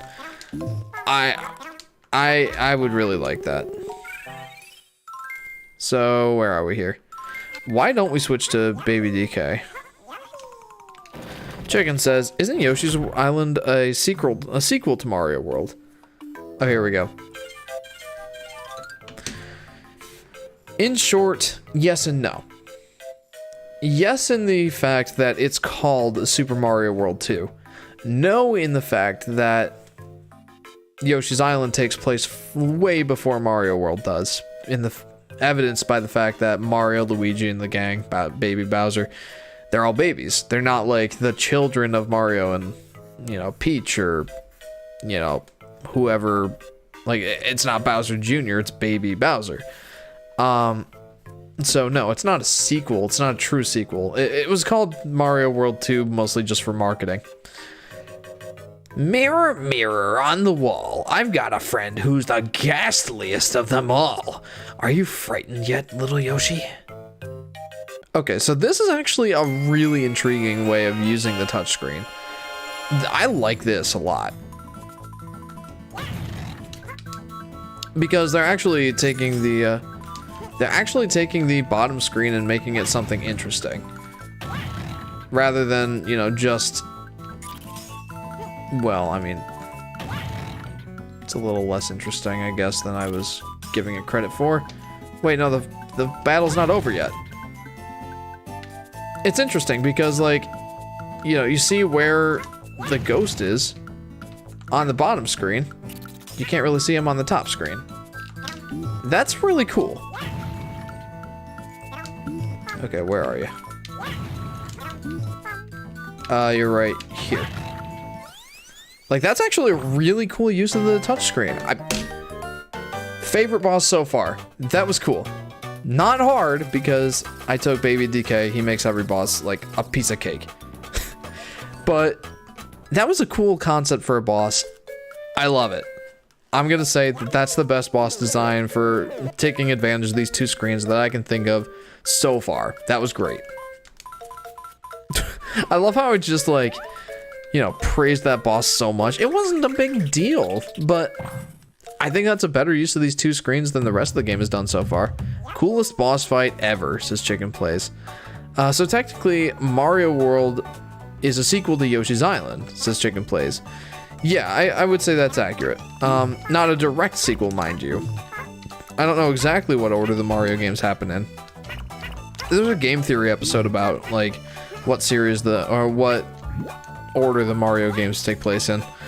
But I haven't watched it in a while. I know it claims that the Mario Land games are way at the end. It also claims that Rosalina is Luigi and Peach's daughter, which is interesting. But anyway, it's a good game theory. If you haven't already, go check it out. It's fun. It's an older one, a much older one than it's been out for a long time. But I think it was pretty good. But yeah, Mario World is somewhere down the line from Yoshi's Island. Huh? Says Chicken Plays. Yeah. Wait. Yes, Chicken Plays. I think I know what you're gonna say, but I'm gonna wait for you to actually say it. Wait.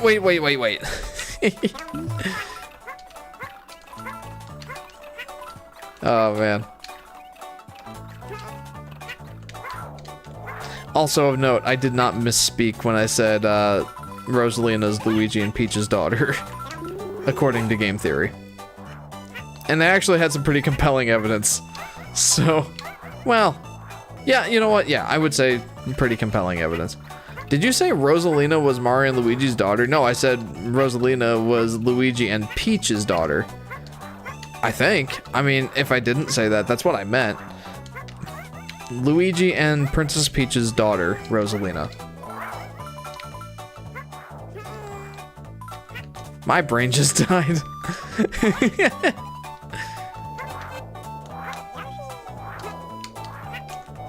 But actually, it's very interesting. At the end of it, it's not the same game theory. I'm sorry, but yeah, there was a game theory episode where, oh, gosh, which one was it? There's some game theory episodes that posit some lore elements for the Mario series, and one of those elements is that Rosalina is Luigi and Peach's daughter, and Mario was with Peach at one point, but at some point he ran off to Sarasaland and then hooked up with Daisy, whereas Luigi hooked up with Peach. So there you go. What? My brain just died even more when you said that. I will never play Super Mario Galaxy the same ever again. This is Chicken Plays. Sorry. But hey, that's just a theory. A game theory! Thanks for watching. Draw Yoshi Part 1. Oh, this is adorable. First draw 2 round mountains. Make them as big as you please. Then you draw 2 beans inside the base. See, it's such a breeze. That's cute. Like, that kind of makes me want to read all of these now. Like, it teaches you how to draw Yoshi? That's adorable. Not like Yoshi's incredibly hard to draw as it is. I mean, his face is made up of, like, 2 circles and 2 ovals. Ah! Wait, no. Mario, no! Nice, draw a Yoshi. Oh, I am not artistically inclined. Gosh. I don't even think I have... Do I have a pen? I do have a pen. Here, I'm gonna draw my best attempt at a Yoshi. At least not taking up a significant amount of time. So let's draw a Yoshi, gang. See what you're making me do, chicken. So, oh, does this pen even work? No, not really. I have another pen. I have another pen. This is happening. This is happening live. I'm drawing Yoshi. And I'm gonna show exactly how little art talent I actually have.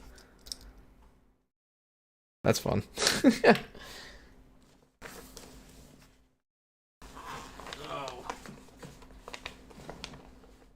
I have a pen in here. I know I do. I found it. Hi, Yoshi Fanatic, says Froggy Studios. Hi, Froggy Studios. Welcome to the stream. Welcome to part 2 of Yoshi's Island DS. How are you doing? I just found a dialogue box in the game that taught you how to draw Yoshi eyes. Like it's gonna be a series, I think, of you know, dialogue boxes that are like, hey, this is how you draw a Yoshi. So I'm drawing a Yoshi per chicken plays requests. It would be even better if this pen was working. But it's also nice that you are drawing a Yoshi. I mean, it was nice how it told you to draw a Yoshi. Gosh, this pen is not working as well as I was hoping.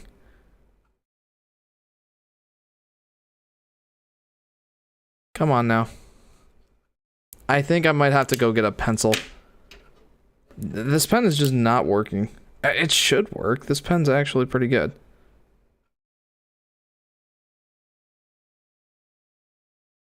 Dude, why is this pen not working? Guys, is this something that I should continue to do? I'm so close. This is actually a pretty good Yoshi, I'm not gonna lie.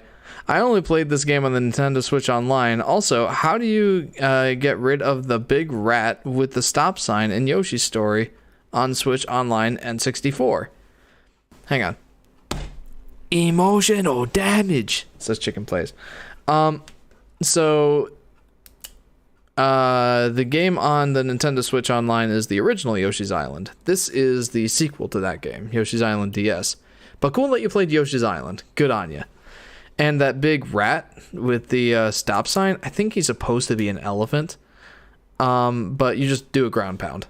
Do a ground pound right in front of him, he'll just like flop over. Hang on, I gotta go get a pen that works. Like, I'm so close, guys. Hang on.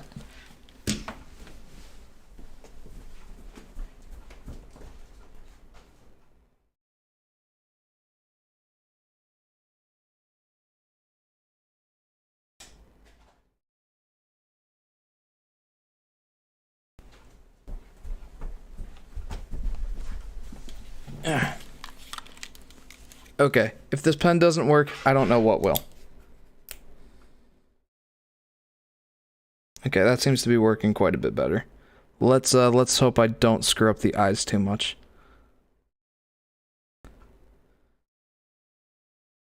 No, I'm screwing up the eyes too much, guys. No.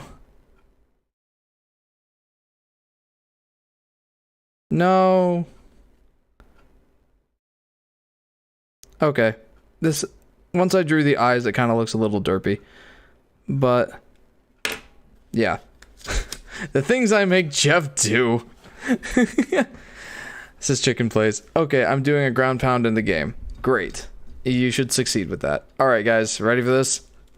This is my horrible drawing on a sticky note of Yoshi. Oh no, you can't see it. No! I gotta turn off my light. Hang on. Oh. There. It's Yoshi. There you go. Look what you made me do, chicken. You had me get 3 different pens and draw a Yoshi. Though I will admit that was fun. Alright, back to the action. Okay. Now let's get back to the actual game I'm supposed to be playing. Honestly, that probably would have went a lot better had I just drawn that with a pencil, you know? Pencils are a far superior drawing implement than a pen is. It's kind of nice, says Chicken. Thanks. I used to draw a lot of Yoshis when I got bored in my college classes. I don't know if that's something I should be proud of, but it kind of is. Also, am I supposed to do something with this guy? Nice. I make him do random things. Says Chicken Plays. You do. You make me do random things, and it's fun. I feel like there. I feel like I'm absolutely, utterly failing at this level. Where'd he go? Oh, there you are. Am I supposed to do something with this guy? Apparently not. Okay. Yikes. Yike-a-roonies, dude. Why do I suck so much at this specific level? That's what chickens are for. Are you sure? I'm not entirely sure that that's true.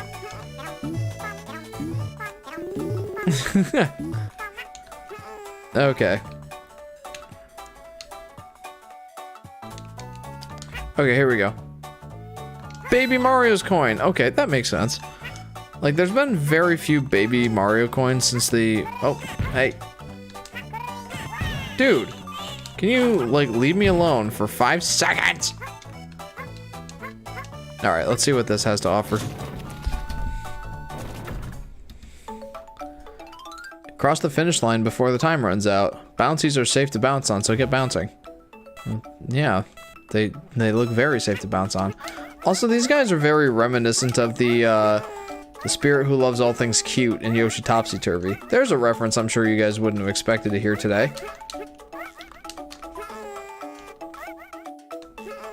The spirit who loves all things cute.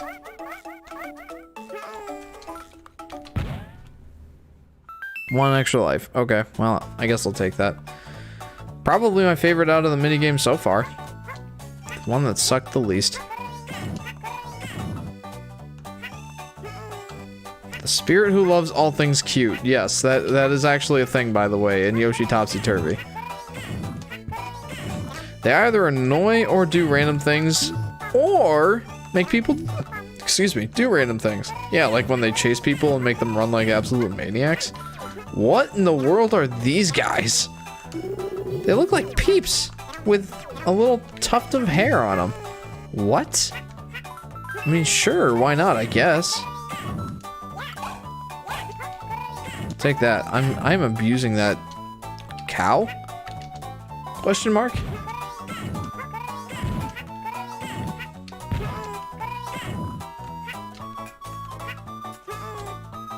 I have a feeling I'm gonna have to replay this level. Look what you did. You distracted me from this level by making me draw a Yoshi. I have 8 chickens at home. Nice. Do you get eggs from them? Do you have a lot of eggs for breakfast in the morning? I guess that is the question. It kind of looks like there's nothing down there. Or is there? Nope, there's absolutely nothing down there. And I can't forget my puffy duck! Nice, a puffy duck? That's the cutest kind of duck. How much extra health do I have? Okay, I'm good. See, I'm like, I didn't think anything was down there. I probably should not have pursued that. I don't know why I did. We're gonna stick with Baby Mario for now. He's the only one that can make Yoshi run. Maybe Wario can. I'm not sure. I guess we'll see later. I think we get Wario relatively soon. Also, these balloons are just, you know, they're happily floating along. And they're like, hey, would you like a grenade? I'm gonna drop it on your head anyway. Also, I think we need Peach. Nope, they only lay eggs in spring and summer, and it's only like 30. Ah, okay. Well, I learned something today. I didn't know when chickens laid eggs. Now I know. But since you have chickens, do you often eat eggs at your household? I mean, obviously not right now, but, you know, when they are in, I don't know, egg-laying season. Bandits! Do you often have eggs? My cousins have, wow.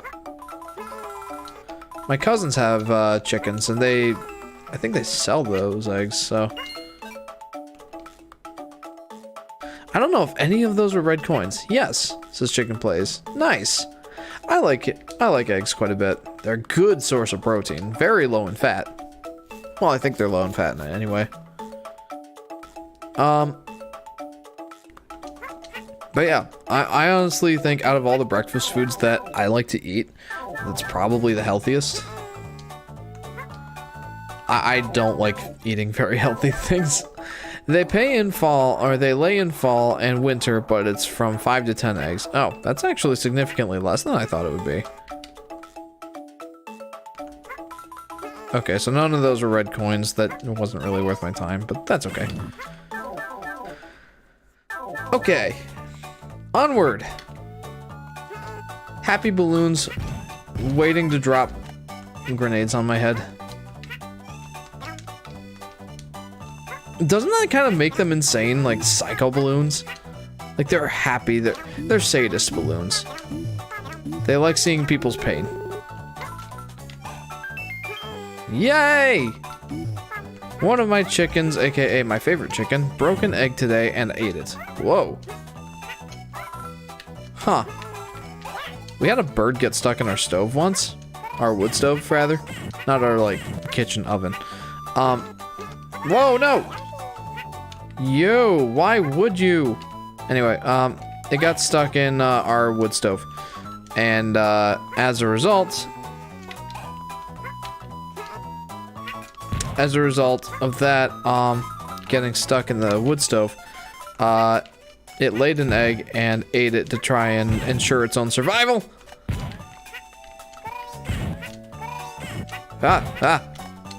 Speaking of ensuring, no! Whoa! Get out of here, dude. No! No! No! Shoot, dude! Time to, well, no, I need Baby Peach here. It's alarming how much I need Baby Peach in this world. Because, like, this is where we got Baby DK. Or this world is where we got Baby DK, not this level.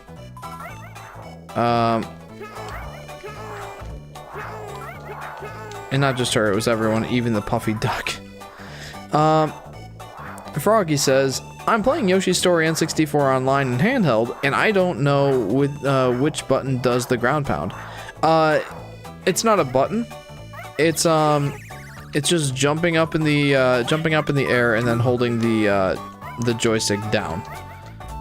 That's what makes Yoshi ground pound. Which frankly, it would have been nice to, in that game especially, to have the ground pound relegated to some sort of button, as opposed to being a joystick control. Oh, please, no. No! What? Dude, I missed one? No! I missed a flower?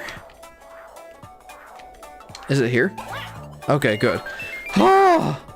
I almost died a little inside. Okay, all is fine. I am not dying inside at this current moment in time. Thanks, it works. Thanks for the great live stream, says Froggy. No problem, and thanks for watching. I hope you enjoy Yoshi's Story. I feel like... I don't want to say it's underrated, but I feel like it's criticized more than it ought to be, and isn't really given a fair chance by a lot of people. So, there you go. I think that Yoshi's Island is, in a way, underrated. So yeah, I hope you enjoy it. Chicken says, weird. There is a place in Texas called Kermit. Really? Interesting. Am I calling Froggy Kermit? His profile picture is obviously Kermit the Frog. Or however his... I am not good at making a Kermit voice. Yeah.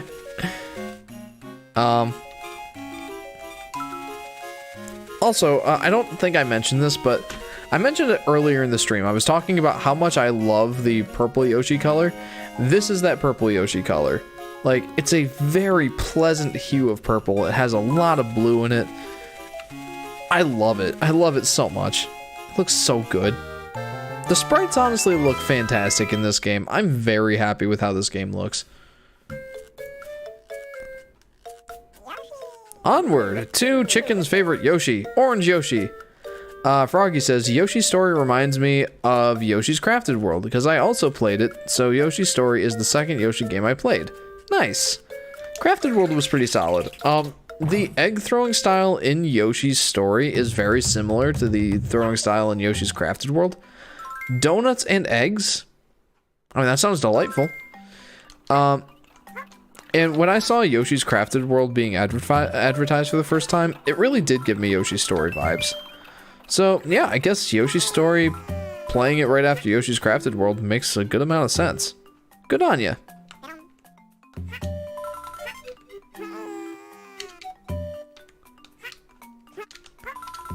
And I'm glad that you're giving Yoshi's Story a chance. I don't know how much you've heard about, like, you know, what people think of the game. And like I said earlier, I think it deserves more of a chance than people give it. So yeah, I guess, you know, enjoy the game. I hope you like it. If not, I get it. But I would say give it a fair chance. That being said, you've most likely seen my Yoshi Story video. Or not Yoshi Story video, my top 10 Yoshi games video, which shows Yoshi's Story being at number 5. I don't want that to give you the wrong idea. It's not like it's a bad game or anything. I just think the other 4 Yoshi games above it are better. But I love Yoshi's Story. I thought it was fun. And it also doesn't help that, or I guess it helps rather, that Yoshi's Story was my first Yoshi game. It's the first Yoshi game I ever played. So I'm very nostalgic for it. I have very nostalgic ties to that game. Okay. Yay! Orange! It is a nice color, says Chicken Plays, referring to the purple Yoshi. Yeah, it really is. Like I said, the hues in this game are just wonderful. It doesn't make the same mistake as a lot of Game Boy Advance games, like... Well, I guess it wasn't really a mistake. It was to compensate for the, quite frankly, atrocious... Not atrocious, but... Let's just say non-ideal Game Boy Advance screen. Like, the first Game Boy Advance screen did not have a backlight. So, the games on that were very washed out.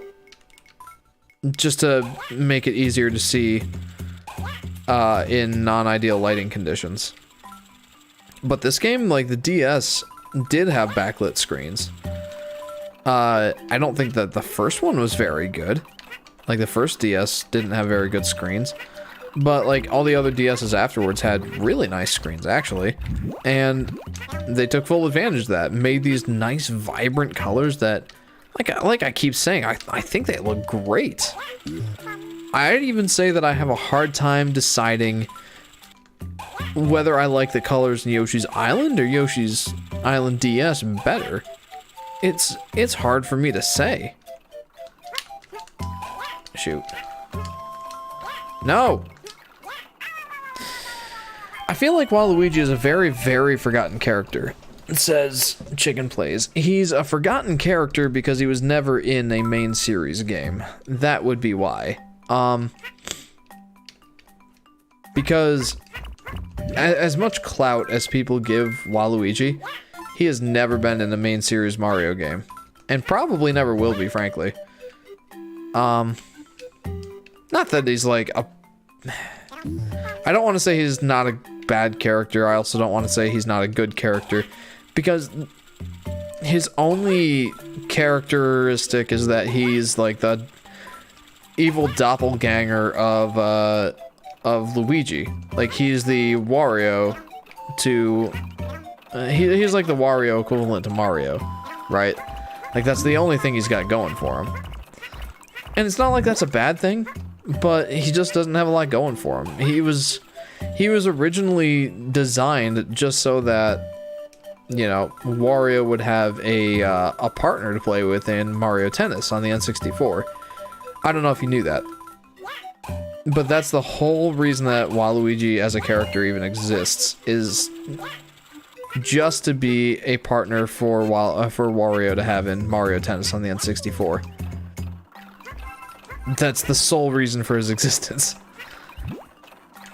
And like I said, as a result, I don't think he will ever have a main series appearance. Maybe he will.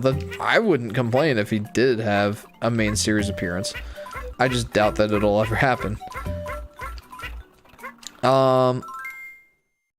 I've had a theory about the different types of the Yoshis where they could be brothers and sisters to the green color Yoshi, says Froggy. Decent theory, but the Yoshis are simply part of the Yoshis are simply members of a species. Yoshi is a species of creatures in the Mario universe. Oh no. I have to play this level again. I mean, oh shoot, no, maybe not, maybe not. Shoot! So close, man. Anyway, the green Yoshi is actually like the green Yoshi that we see in so many Mario games. He is a special Yoshi. In one way or another. Like, the Mario series doesn't exactly make it super clear in what ways he's special, but he is. He stands out. But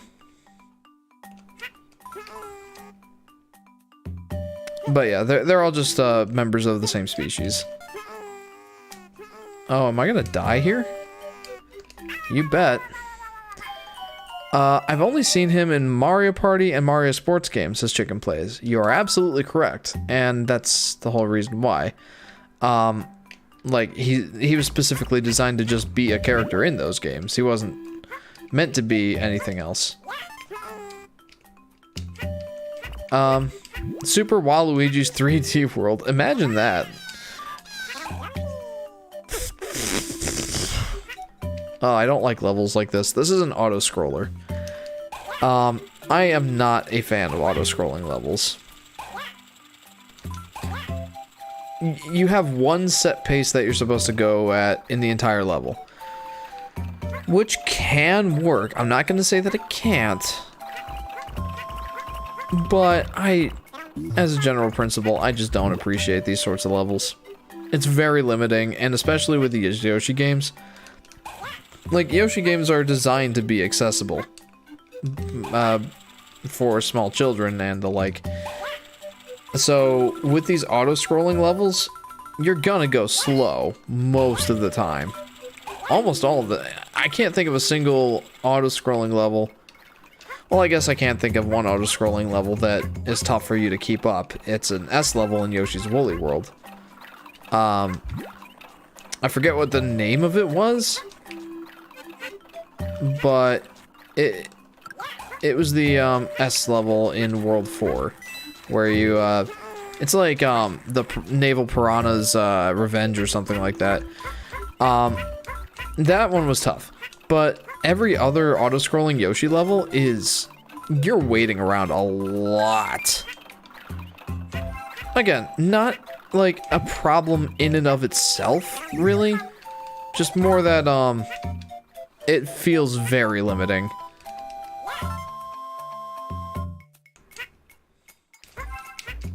There we go.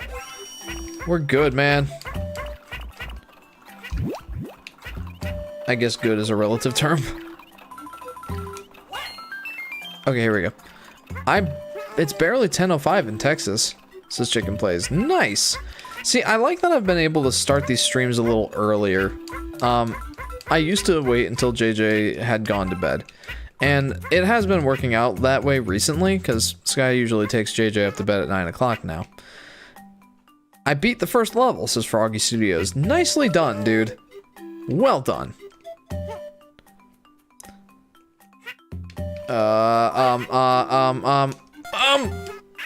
Shoot. Well, at least I know that coin is the last one. What was I gonna say? Nice, says Chicken Place. Thanks, except I died immediately. But yeah, nice work on beating the first level. There's only there's 6 pages. Since you've beaten the first level, you are now familiar with the world and level structure of Yoshi's story. There are a total of 6 pages, and each page has a total of 4 selectable levels to play from. You will never play all 24 levels in a single playthrough of Yoshi's story. You must do it over the course of at least 4 playthroughs. And it doesn't take that long. It takes like 2 or 3 hours. Well, for me, it takes 2 to 3 hours to beat Yoshi's story in its entirety. Well, I'm doing one playthrough of it, I guess I should say, not its entirety. But, yeah, I think that that's fine. But, yeah, some people might think it's weird. I don't know. I think it's got its place.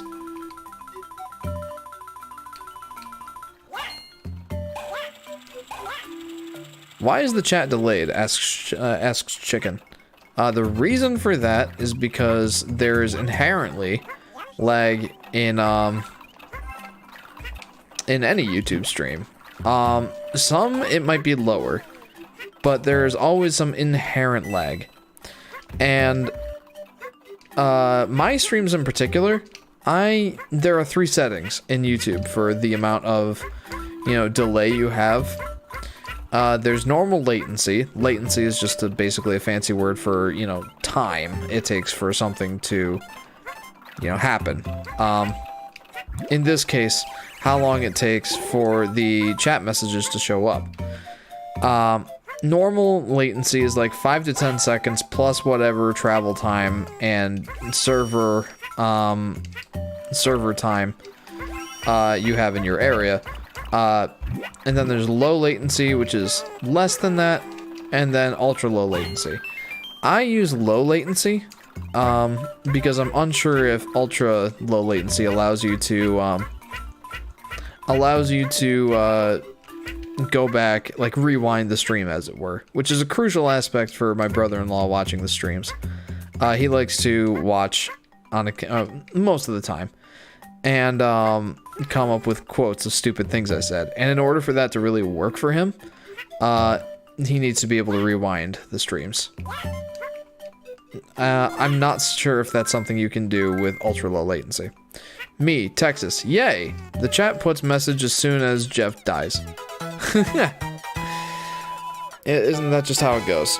But yeah, I think you can rewind now in ultra low latency. Didn't always used to be the case. But I also worry about the stability. Like right now, my OBS client is having difficulty maintaining a steady 5,000 kilobits per second. So, yeah. I'm gonna say I'm making the right call. Yes, I must rewind stream, says Ethan. Yeah. See, I knew Ethan was still here. Got his attention. Yeah. Dance break. Dance break over. I'm betting some serious Yoshi lives. Okay, so I didn't lose or gain any. But yeah, that's the reason.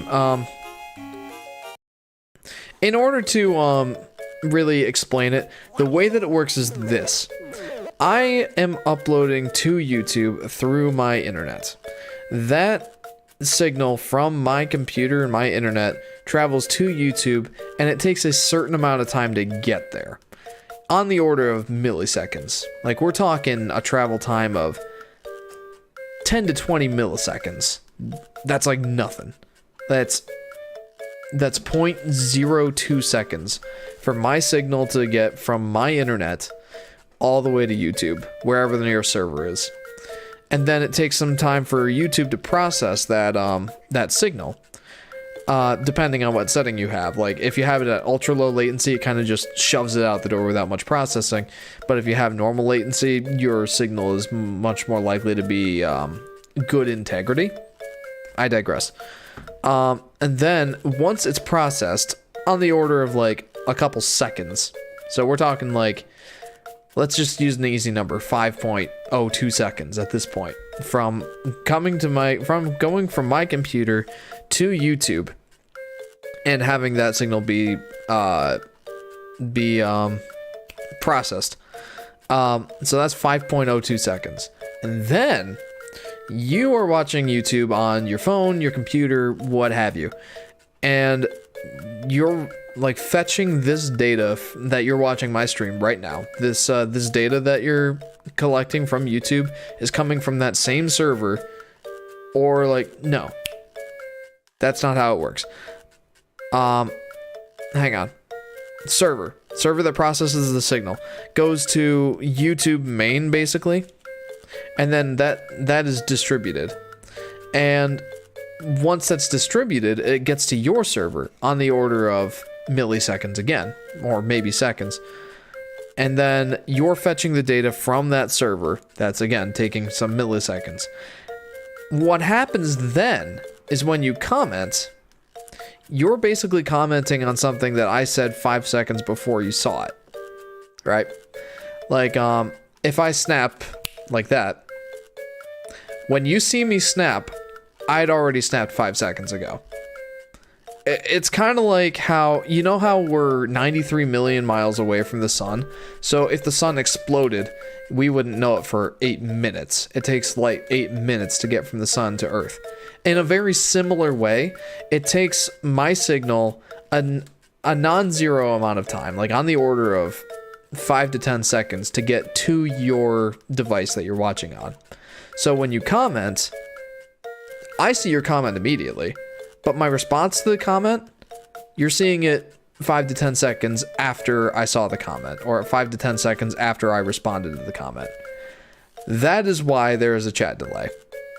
And like I said, there's ways you can mitigate it. You can use that ultra low latency setting, but you know, I find that low latency is best suited to my needs. Froggy Studio says, also, I hope that was somewhat interesting, and I hope that made sense more than anything. Froggy Studio says, did Nintendo plan to make Yoshi Story 2 after the first game was a success back in 2000? Because Zelda then 64 got a sequel. I don't think Yoshi's series is something that Nintendo really takes super seriously, and Yoshi's Story was not well received on the Nintendo 64. It was very criticized for its low difficulty and high price tag. The game was $50 when it came out, which was the standard price for games. Maybe it was $60. I think that the games on the N64 were $60, which was absurd back in the day.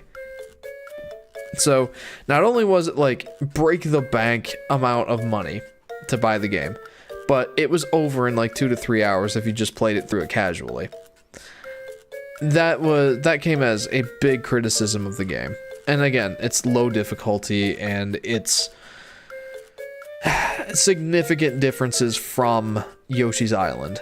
The game was heavily criticized.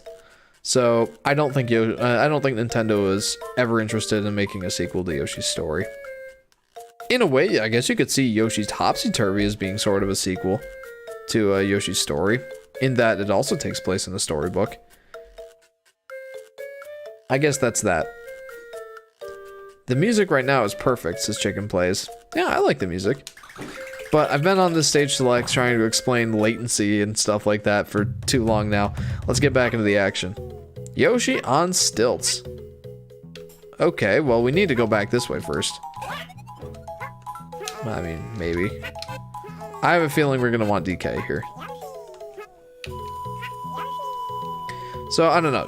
That explanation of, it sounds like Chicken Plays gets it, but did my explanation of, chat latency make any sense? I kind of hope so. I tried my best to explain it, but I tend to, like, stumble over my words quite a bit.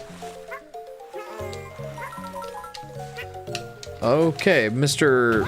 Puffy Lips Fish Guy. nice. That guy eats you. Not pleasant. Dude, those are straight up claptraps from the Donkey Kong series. Straight up, those are claptraps.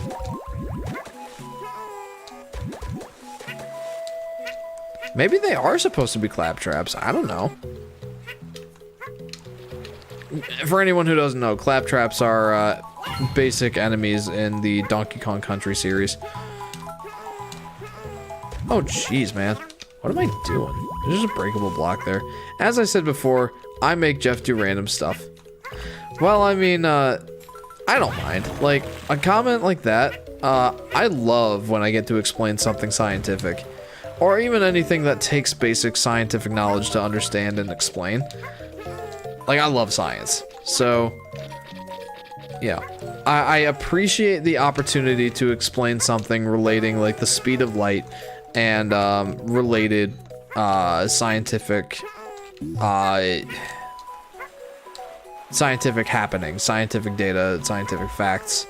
I appreciate the opportunity to explain that to you. Oh, jeez, man. I feel like that's the way I should... No! No! Yeah, I think that's the way I should go. It's the path of most resistance. Whereas, like, you know, you normally want to go the path of least resistance. Sometimes it's more rewarding to go the path of most resistance. We are not water, guys. We do not follow the path of least resistance 100% of the time. We don't always do what's easier.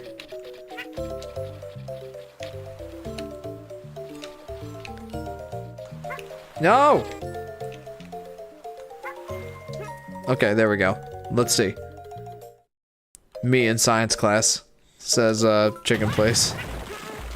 Yeah, you are in science class. Welcome to science class. I'm your professor, the Yoshi Fanatic. Hey, what's this? Hey, got a key. For what? I don't know. We'll find out. I'm sure. Let's stick with baby DK for now. I don't know if that's a worthwhile endeavor. Okay, no, it definitely isn't. It definitely is not. 100% it is not. Wait, yes it is. Hang on. Perfect. Okay, this is the kind of stuff I like. This whole concept of having multiple babies. I said in my top 10 video that the concept of multiple babies did not live up to its full potential, and I do stand by that sentiment. I don't think that it does.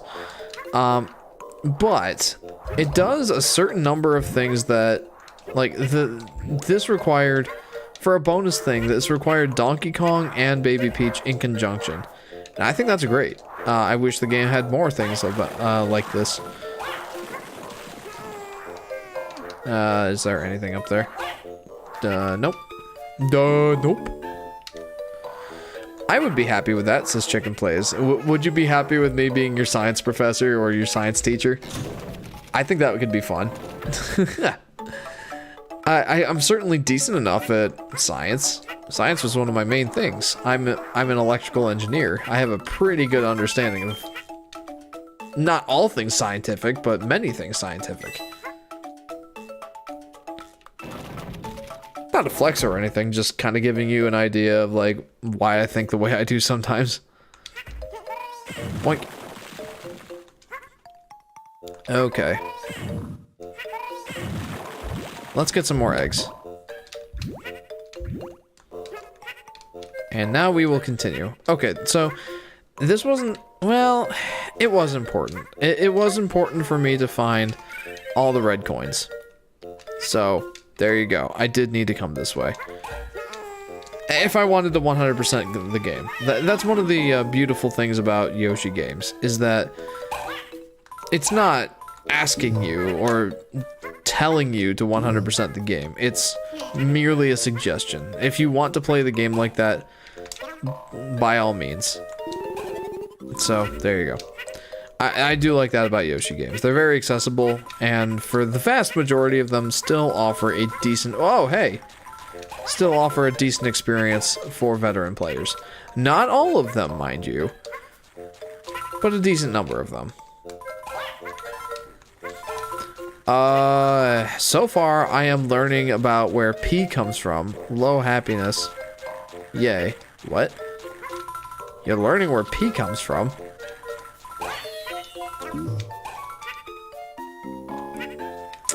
It sounds like something that you would learn in health class. Or that you would just learn from experience, I would think. Or are you learning like the, like how urine is developed in the body? I'm confused. Oh no! Oh jeez. Okay. Yeah, it's kind of weird. Says Chicken Place. It sounds kind of weird. Yo, piranha plant, dude. What gives? I have a feeling I missed something up there. Yeah, that's what it is. How urine is developed in the body. So you're likely learning about kidneys and oh, I don't know what that system is called. It's not part of the digestive system. It has nothing to do with digestion. It has to do with flushing your body out, circulate. It's not your circulatory system or cardiovascular system. Which system is it? Yes, says Chicken Place. Okay, great. I now have more of an understanding of what you're learning in your science class. This makes me pleased. I guess. Can I kill this guy? Nope. Not with that. I was kind of hoping I could. I'm pretty sure I'm gonna have to replay this level. It's either the Euthric or something like that. It says Chicken Place. Okay. Yeah, I mean, I guess that makes sense. Endocrine? Says Chase. The endocrine system? I guess that makes sense. You would probably know better than I would. Also, welcome Chase to the stream. It's good to see you. Welcome to part 2 of Yoshi's Island DS, where I've actually been talking about a fair number of deep subjects. Anyway, how are you, my friend? Not like super deep. Like I've talked about my my philosophy as to what you know, Nintendo should be doing with their characters in games, and that they're not living up to their full potential. But some other things too. But yeah, how are you? And how's the family? Chicken says, yes, that's what it is. Haha, by the way, this Yoshi science stream is legit. Says Chase, thank you. I do love me some science. Oh man, I just realized, like, I've actually done a decent amount of scientific rhetoric in my last couple of live streams. Like, in the last stream, I talked about, like, someone asked me if Yoshi was a boy or a girl. I think it was, now who was it? Someone asked me if Yoshi was a boy or a girl. And I had mentioned that we had this discussion in the Discord server a few nights ago, or a few weeks ago, I guess. At the time, it was a few nights ago. And I said that normally eggs are a reproductive sort of thing. But in Yoshi's case, it's most likely, since a species cannot propagate without both male and female, or an animalistic species that produces, you know, that sexually produces, or reproduces, I should say.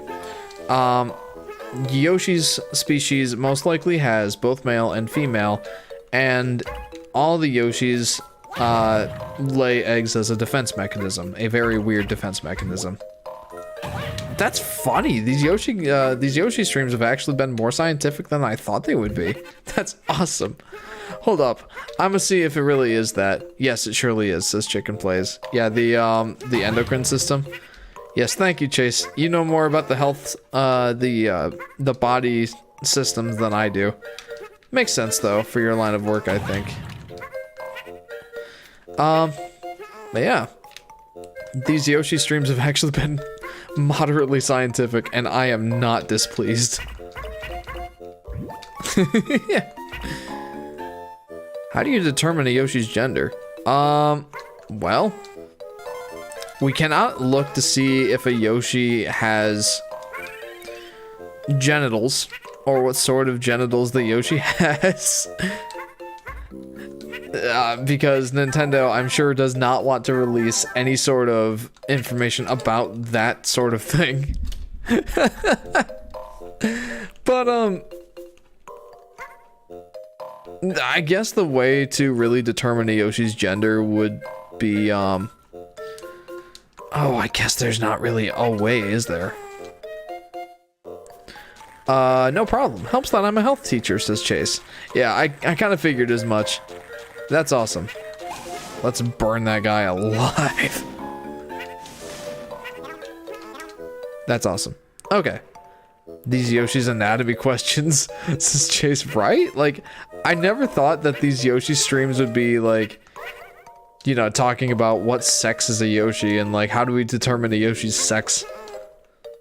That's funny. I just started learning about that, so I really don't know, says Chicken Plays. Well, in anatomy, I know I'm probably going to say some things that some people will find controversial, but it is what it is. I am most interested in speaking to you the truth as to what I know and not hiding anything because of some silly politics or some culture sort of thing. Male and female are determined by biologically by the X and Y chromosomes. I forget exactly which one is which, but I think it's the Y chromosome. Like, there are two different, like, patterns of chromosomes, if you will. There's the XX chromosomes, and then there's the XY chromosomes. And the XY chromosomes are male chromosomes. If you have XY chromosomes, that means that you are a male. Shoot. Oh, shoot. I can fix this. Anyway, getting back to what I was saying about chromosomes, if you have... Oh, no. Dang it, I'm gonna have to play this level again. If you have XY chromosomes in your body, with, funnily enough, the exception of your sperm cells, you are a male. Your sperm cells do not have XY chromosomes, as far as I understand it. I think that the Y chromosomes come from the egg of a female. So, but, you know, Chase, feel free to correct me if I'm wrong. But the XX chromosomes, if you have XX chromosomes as your primary genetic makeup, that means you are a female. To get more specific, an indication, you can't look at someone and say, oh, that person has XY chromosomes. That means he's a male. The telling signs of a male versus a female are very plainly seen in biology. First things first, let's get the obvious out of the way, and you may giggle, but a male and a female both have different sets of reproductive appendages or organs, I guess. Reproductive parts, genitals. Let's just say it. You're learning about it in health class. So a male has a penis and a woman has a vagina. A female has a vagina. That is the genital or sexually reproductive traits of male and female. That is like number one de facto biological visible sign that you are working with a male or a female. If you take a male puppy to a vet, the first thing that they'll look for is if he has a penis, right? Can we circumnavigate those words any harder? Says Adam. I'm trying, man. But yeah, the first thing they'll look for is if the animal has one or the other. Twig and berries or, I don't know, cavity. There's more circumnavigation for you, Adam. Haha, now we are in sex ed class, says Chase. Well, you know, it seems that some people have forgotten the basics of gender and sex, so I'm educating where education is needed.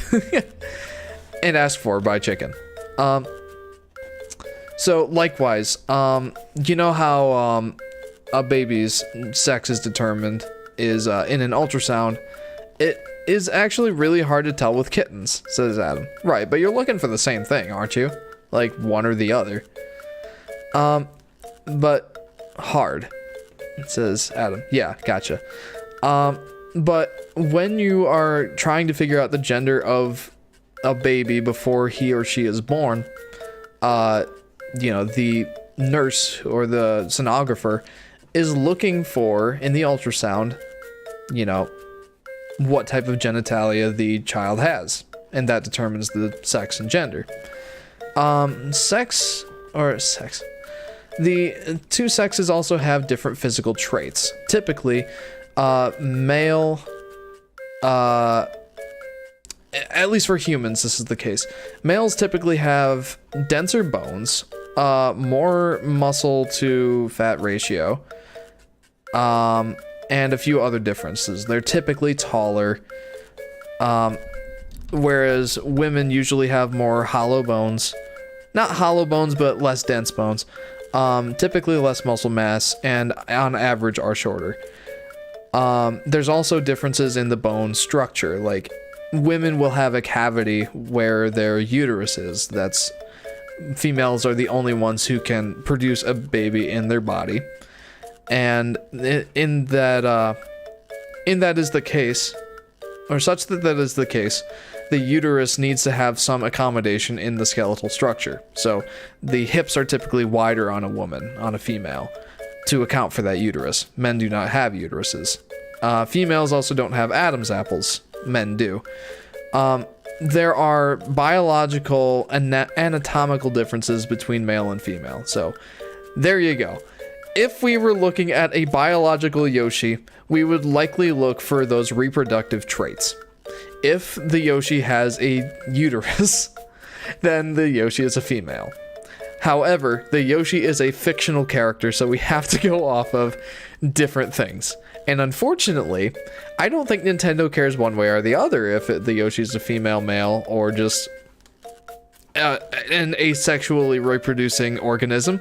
I don't think they care. I don't think they think about it. So maybe we shouldn't either.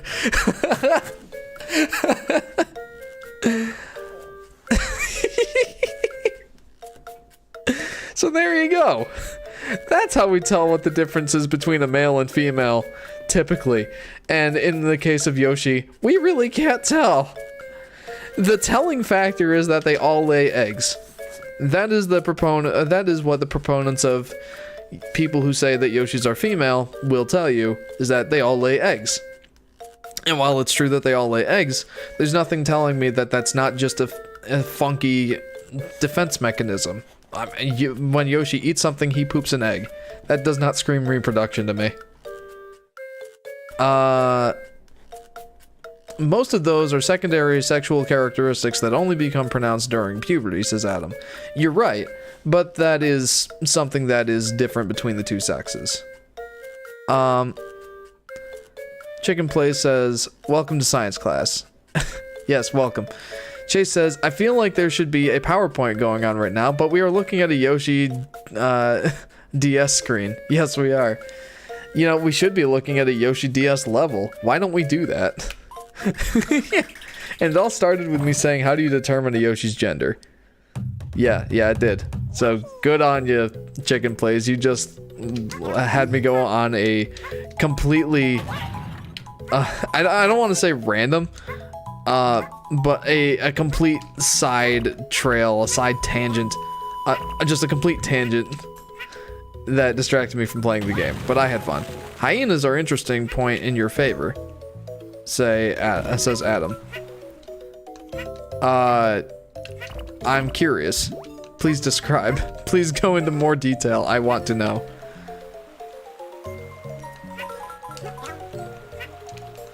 Meow.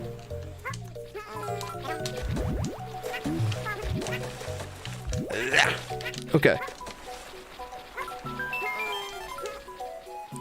Nap break, says Chicken Plays. Oh man, was my lecture too boring? Did I put you to sleep, Chicken Plays? Is this what happens when you visit a science lecture? Or I guess a sex ed lecture. Or health lecture. A health studies lecture. I guess.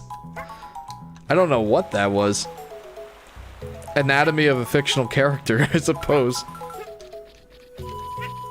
Like, for all we know, really, Yoshi could just be, like, the insides of him could just be a factory for making eggs. Hey, nap break over? You've woken up. Good morning. Wow, that tangent must have been longer than I thought. We're at 2 hours and 27 minutes.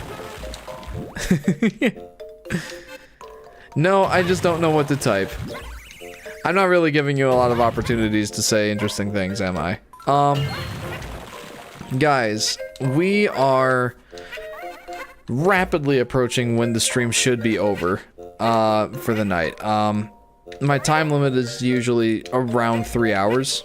I may go a little longer on occasion, but typically I aim for 3 hours. I guess I should say that 3 hours rarely happens. It's more likely 3 hours and 15 minutes or so.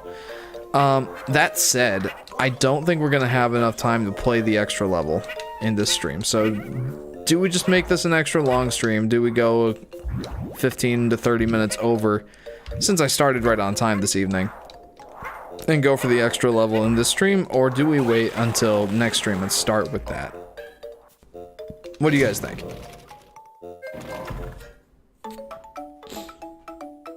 Climbing break, says Chicken Plays.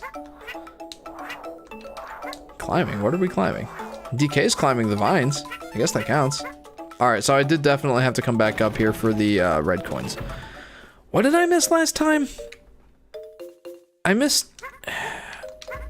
Oh, right. I did not get full health because I wasn't concentrating fully.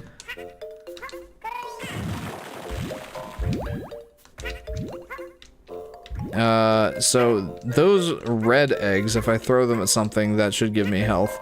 Depends on what kind of question Chicken asks. Says Chase. With the climbing break? Or I don't know what to type. Yeah, my responses are obviously going to vary based on what questions you ask. Climbing break over. Alright. So, like I said, the last thing that I need to get here is full health. But, unfortunately, these earlier Yoshi games did not have the quality of life improvements that, well, I guess technically Yoshi's New Island brought to the table first, but Yoshi's Woolly World really expanded on. Case in point, in order to 100% complete this level, I have to get everything again. Like, I collected all the flowers, right? But that doesn't count for anything other than, like, you know, what's your high score on the level? Like, I don't get to say, like, hey, I collected all the flowers, I don't need to do that again. That's not how this one works. I unfortunately need to,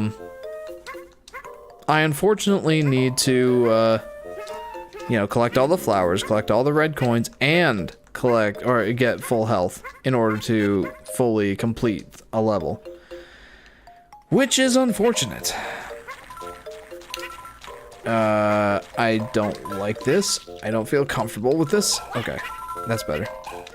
Froggy Studio says, I thought of a very funny meme where instead of Tony Stark in the Iron Man suit, Yoshi is the new, Tony Stark and the new Iron Man. And Chicken Play says I should probably stop typing so much. No, by all means, type away. Type to your heart's content. So long as it's, you know, not just spam. You know, in order for, the new Iron Man to be, a Yoshi, the Iron Man's head would have to be enormous. Like, no, keep typing, Chicken, says Chase. Agreed. As long as it's not spam, I have no problem with you, continually typing. No problems whatsoever. But yeah, the Yoshi's head to the rest of the body ratio is very large. Abnormally large. That probably is part of what adds to the cuteness factor. It's part of the reason that, you know, babies and, you know, puppies and, you know, baby animals just in general are so cute, is because, you know, they're... Going back into anatomy, are you ready for this? Part of the reason that, also in my profile, the frog next to Kermit is Froggy. Froggy. It's not the frog from the Sonic series, is it? Big the cat? and his friend Froggy. Anyway, part of the reason that babies and like, you know, baby animals, and in this case specifically Yoshi, are so cute is because they are, and I don't want to say this word because, you know, I mean, it's a perfect descriptor, but at the same time it carries a derogatory connotation. Disproportionate. In other words, a baby's head is much larger in comparison to the rest of its body than an adult's. And especially its eyes. Like, the eyes being larger is a large part of the cuteness factor. So, I hate using the word disproportionate because, again, that carries some very derogatory connotations. That's not at all what I'm trying to get across. It's just the most accurate descriptor I can think of. Not properly proportioned, that's also not right, because not properly is also not negative connotations. Not fully developed. I guess that's accurate. I don't know. But their eyes and heads are larger. It's part of the thing that makes them cute. And that's also the case for Yoshi. How did I go from Yoshi is the new Iron Man to babies are cute because their heads are big?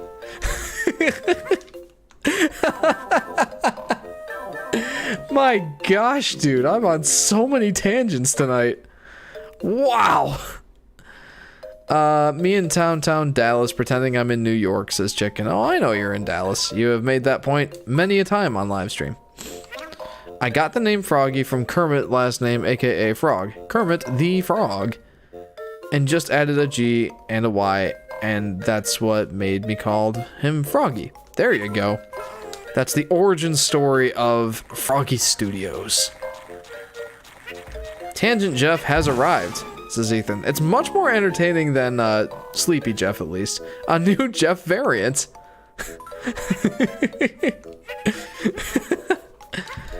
Alright, well now, is this, if... Gosh, I'm trying to, like, bring this comparison to the COVID variants.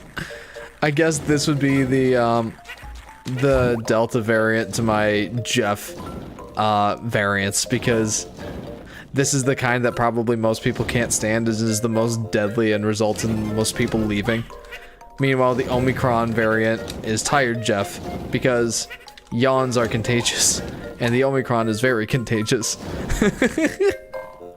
Wow, I'm on a roll. Maybe I should stop after the next level. I'm not sure if I'm mentally fit to keep doing this stream. Oh my gosh. What's wrong with me, guys? Oh my gosh. When do you think you will upload another video? Asks Froggy. So I will be doing another live stream next week, but I have a feeling that's not what you're asking about. In the in the last update video I posted yesterday, I indicated that the next video I'm working on will probably take me another 3 to 4 months to put out.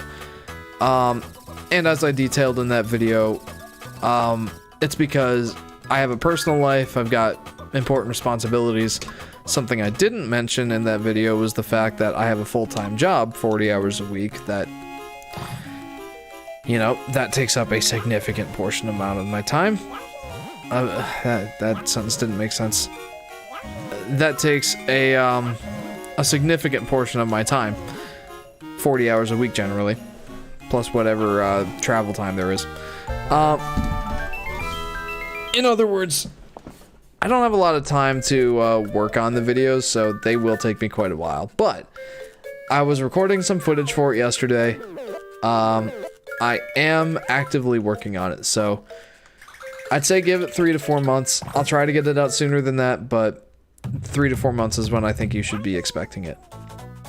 Ethan says, maybe I should stop after the next level. I'm not sure if I'm mentally fit to keep doing this stream. Jeff 2022. Wonderful.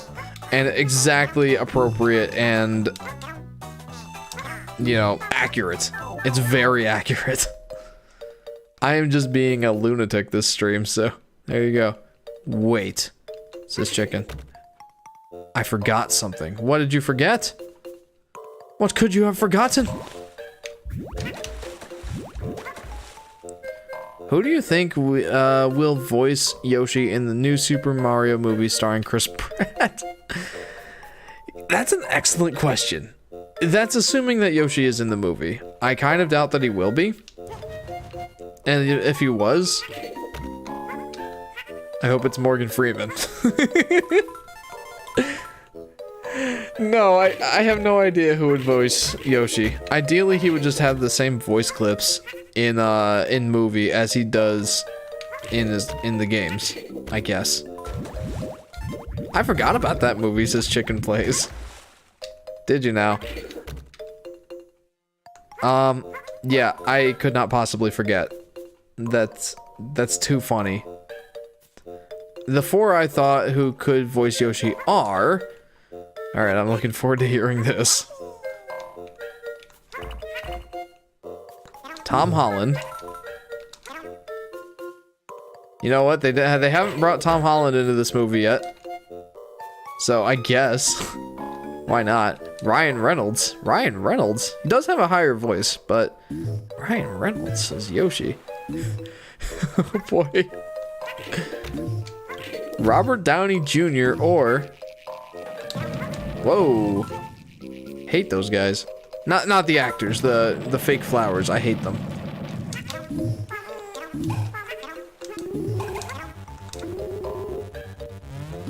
Thanks for that. Whoa! Oh, good thing I haven't collected any extra health. It has been written in the awe-inspiring book of the quotes of Jeff, says Ethan. Excellent. We made a quote this stream. Mission accomplished. Yo. Guess that's the way I'm doing it. Mar East. Dwayne Johnson will probably voice Bowser, says Chicken Plays. Mr. Beast. Oh! Okay, gotcha. Huh. Interesting choices. I don't really know who I would expect to take Yoshi as a voice actor, but given that Chris Pratt is Mario, anything is possible.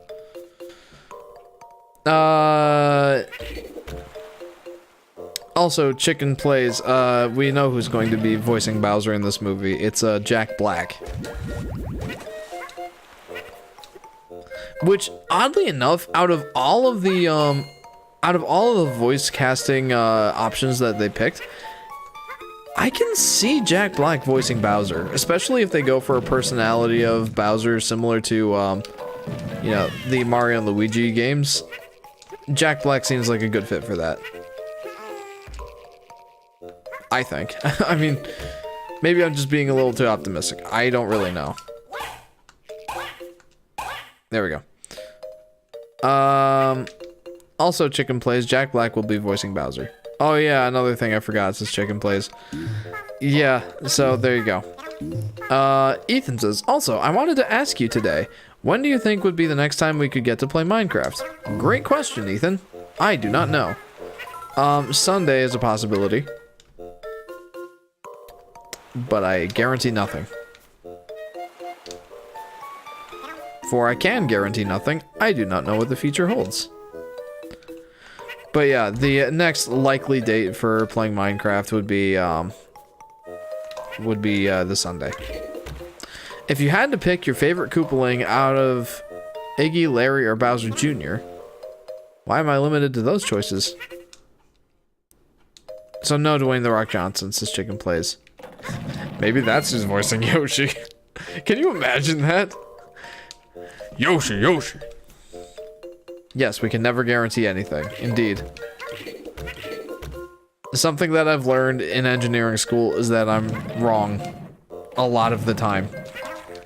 So, I almost never answer questions of, like, you know, on subject matter like anything, I guess, with an amount of 100% certainty. Because like I said, I could be wrong. And certainly on topics that I'm not an authority on. Gosh, I am the king of tangents this evening. I gotta say. Nah, that movie would be weird with him voicing Yoshi says chicken plays. Yeah, I know. But is it any more weird than Chris Pratt and Seth Rogen voicing Mario and Donkey Kong respectively? I'm not sure that it is. Who's your favorite character from the Avengers? Depends. Are we talking MCU or are we talking comic books? I mean, if we're talking comic books, I don't really know. I haven't read the comics that much. But if we're talking comics, Spider-Man. If we're talking about MCU movies, Captain America.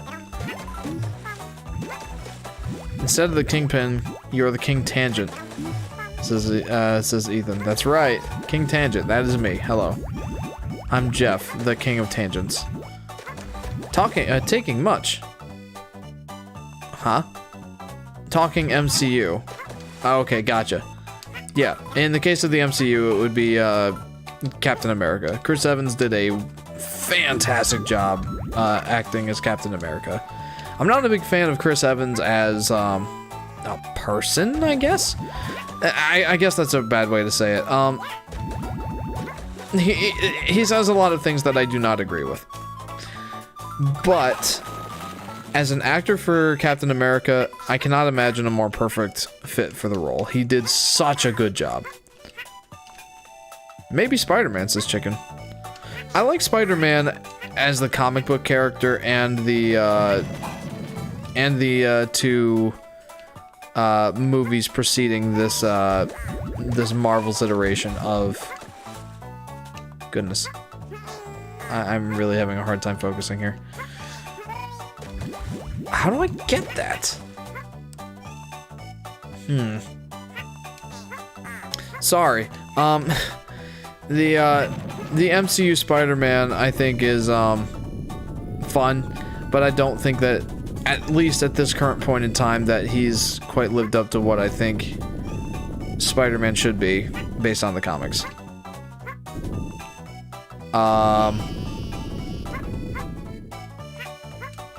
But I think that Tom Holland does a really good job. Tom Holland's a great actor. Did I screw up? Let me guess. I'm gonna put my yay as soon as I see it on my screen. Jeff is going to die. Yay! I haven't died yet, so there you go. But I don't know how to get that thing.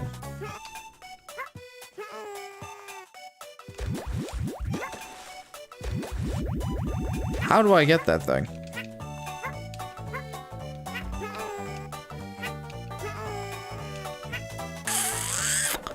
Owies. How? How, game? How do it? Wait. Can I go under the water deeper with DK? Is that how this works?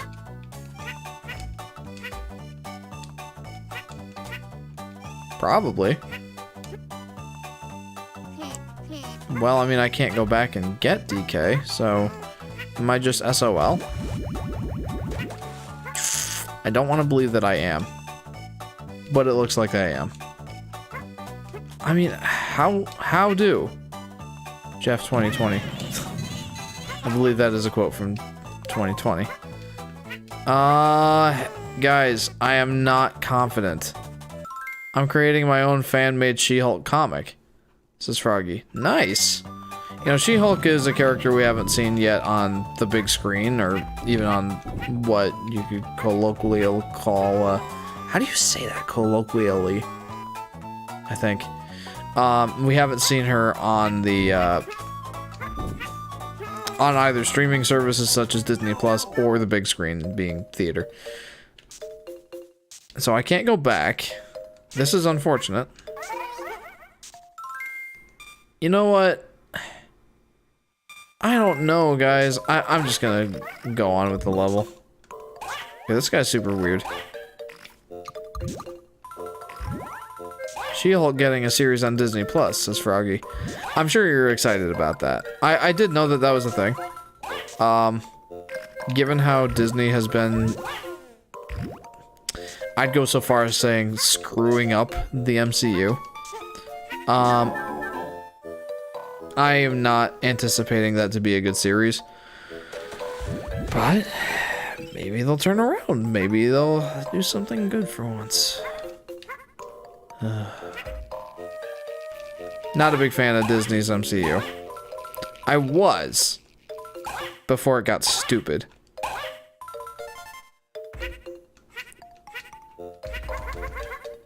Infinity War, I guess Endgame was pretty great. So I'll go as far as to say that Endgame is the last Disney produced great MCU film, in my opinion. I do not think highly of most of Disney's recent MCU films. I really don't. And especially their Netflix or their Disney Plus streaming series. Oh man, I had so much hope, and I think that they've all just been awful. I really don't like Disney. I'm sorry if that's a hot take, but I really do not like them. I used to. They used to not be a garbage company. Yet here we are. Also, I made Iron Man Malibu Mansion in Minecraft. It took me 3 weeks to build. That is impressive. That takes dedication right there. That was a pretty intricate mansion. Well done.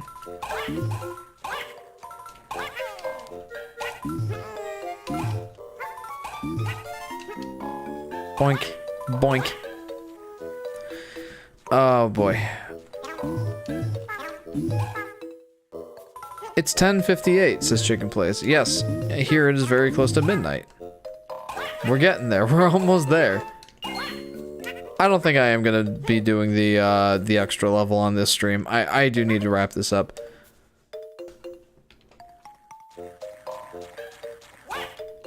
There we go. Oh, jeez, man.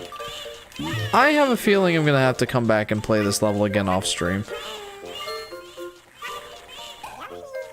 By virtue of the fact that I am doing quite poorly on this level. The hard part to build was the garage and the gym room because of their design in the movie. Well, I'll bet. Yeah, I'd imagine that building that in Minecraft must have been a chore. Though the end product, I'm sure, was incredible. So like I said, good on you. Good job. Kudos, even. Insert Yoshi main theme. Which Yoshi main theme? There are plenty. Unless you're talking about Yoshi the Puzzle Game. Which I don't really remember what that main theme was. It did not stick with me.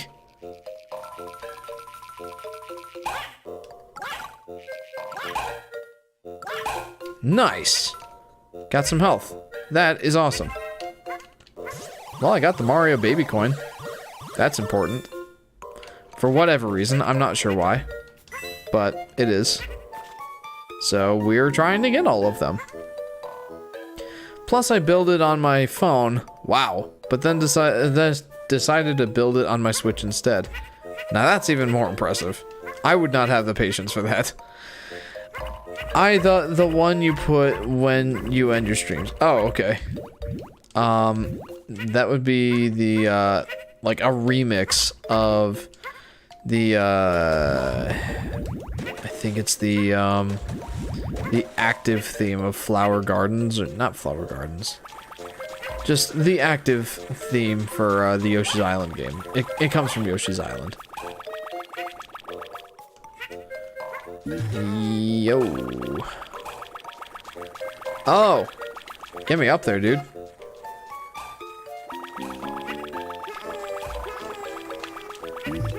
Okay, nice. I figured it out. Wow. Excuse me? What in the world was that burp?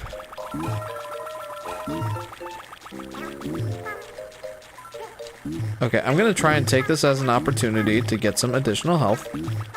I'm probably going to fail. That was not additional health. In no conceivable way was that additional health.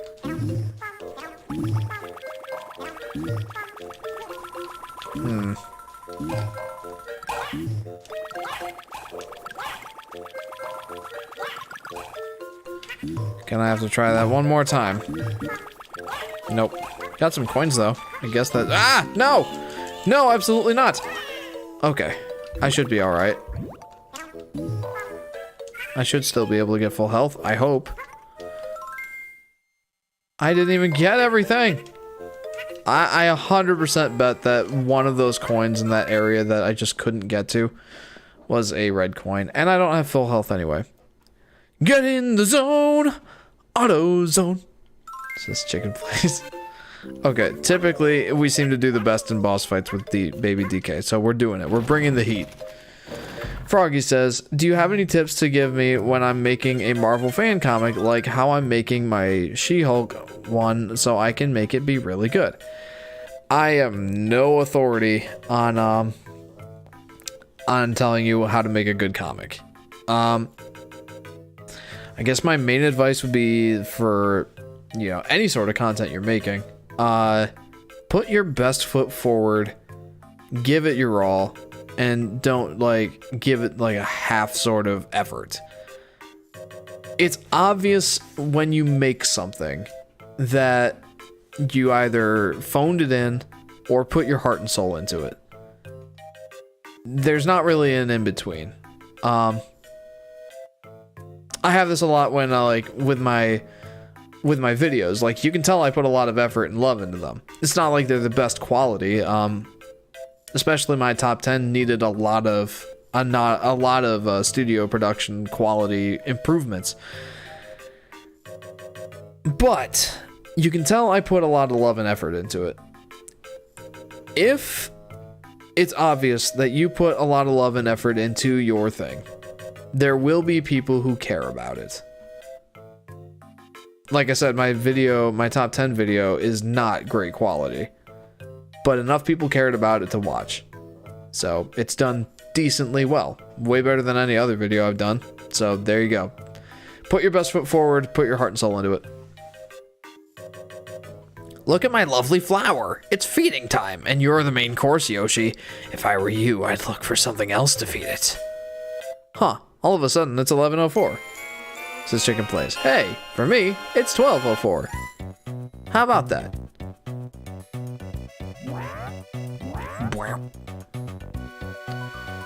Okay,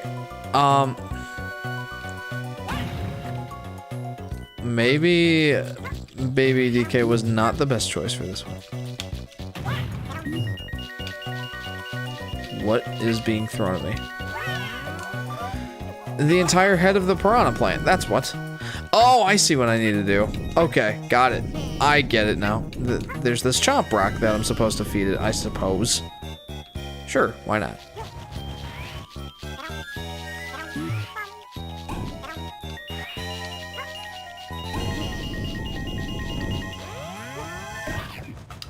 Owie, my teethies!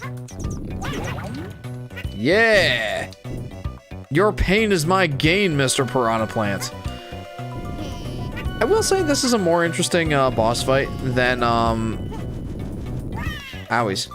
Okay, it's a good thing I didn't even bother 100% completing this level. Well, I shouldn't say that, but I have to replay it anyway just to get full health, so... Okay, that didn't go well. But, what was I gonna say? I don't know. I give up. No, I don't give up.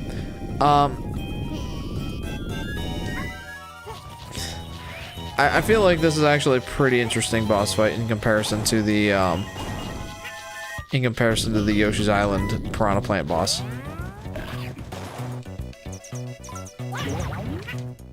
Well, maybe not. The Yoshi's Island boss was pretty good, I'd have to say. Also, there has been a hard Yoshi level. Has there been a hard Yoshi level in any of the previous Yoshi games you have played? Yes, there have been. The S levels. The Yoshi S levels in in many of the Yoshi games. Most of the Yoshi games. They're not all called S levels, but if you played Yoshi's Crafted World, there are the bonus levels. I forget what the name of the section of the game is called,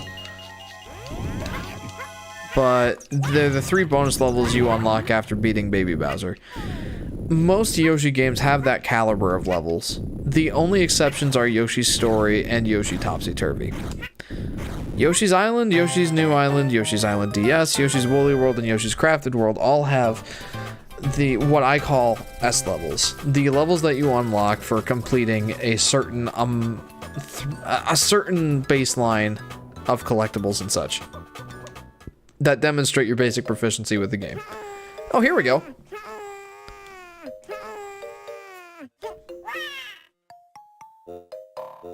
Uh-oh.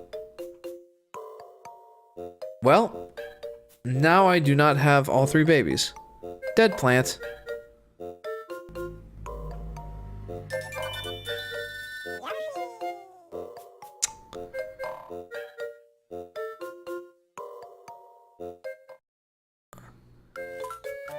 Well, I'm confused as to what that was all about.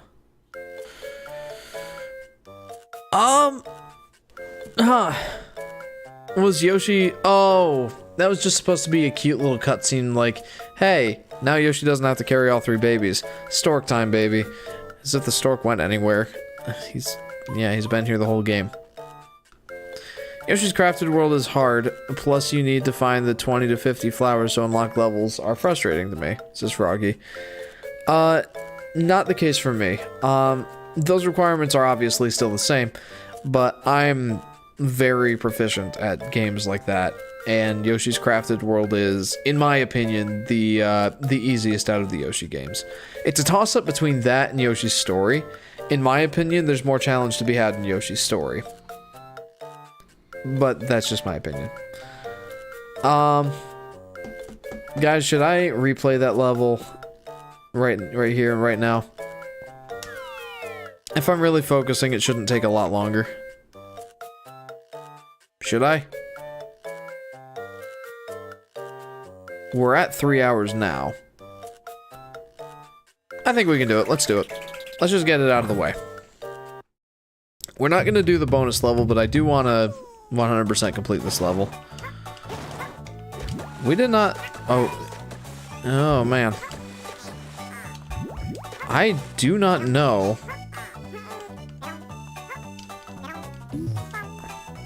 Hang on. What's your favorite Nintendo consoles? Mine is the Nintendo Switch, says Froggy. My favorite is the Super Nintendo. Yay, longer stream, says Chicken Plays. Yeah, hopefully not by too much, but yes, longer stream indeed. Anyway. And the Nintendo 64, says Froggy. So yeah, my favorite is the Super Nintendo, I believe. It just has more of the games that I care about. I felt like it had a much better lineup of games than the N64 did. As nostalgic as I am for the N64, mine is the Wii U, as Chicken Plays. Pretty solid option. There are a lot of good games on that as well. I don't know, like, I'm more nostalgic for the Nintendo 64, and it has my favorite game of all time on it, Mario 64. But the Super Nintendo just had a little bit of everything. Like, that system was incredible if you wanted to just play games. And some good quality games, too. Like, that system was great for that sort of thing. Also, I have a funny story, says Froggy. Do tell. That got me into Yoshi being my favorite. Okay, I definitely want to hear this. If it's about Yoshi, I want to hear it. Yeah. You guys know I like Yoshi. For I am indeed the Yoshi Fanatic.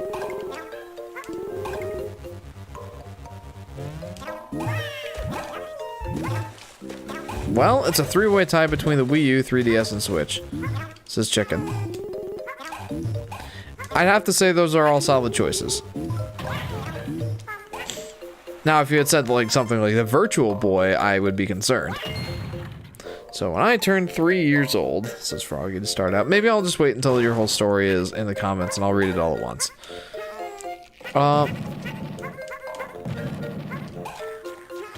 Okay, I don't know why I felt the need to do that, but I did. Here we are.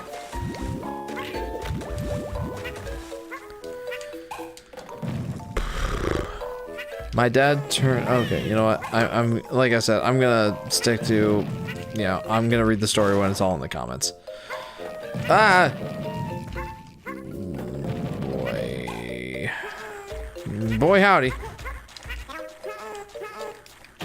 Plop.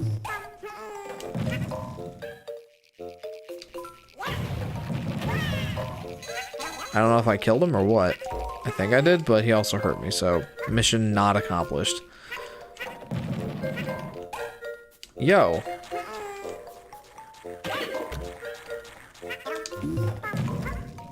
I wish you could post GIFs in this chat. Says Chicken. Yeah, I mean you can post GIFs in the Discord. That you can do. Ow, ace! Gosh, I hate those fake flower dudes.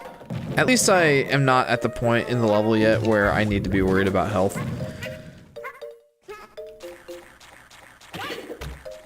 Okay. That should do it, question mark. Yes, that did it. There we go. Can I kill you? Nope, not that way. What about like this? No.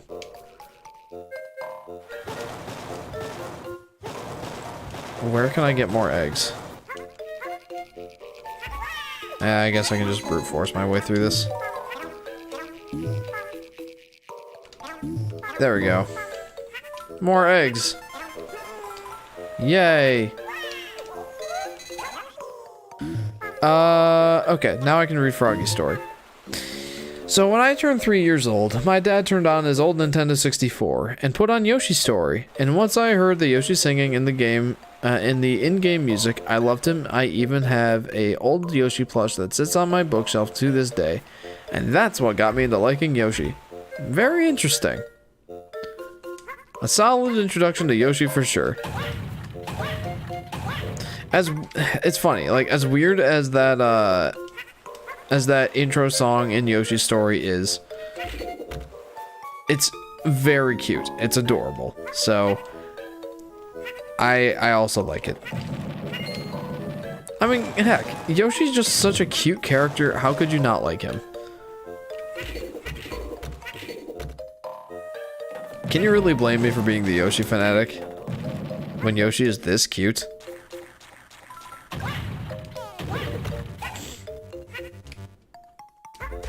Yeah, I also like Diddy Kong, says Froggy. Diddy Kong's also pretty solid. I feel like in some media, I'm not sure which combination of media, but I think that Diddy Kong and Yoshi actually share a same voice actor.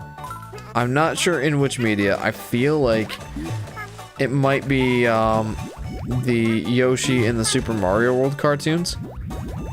And Diddy Kong in what media? I don't remember. Oh, okay. I understand how to do this part now. I'm a dummy.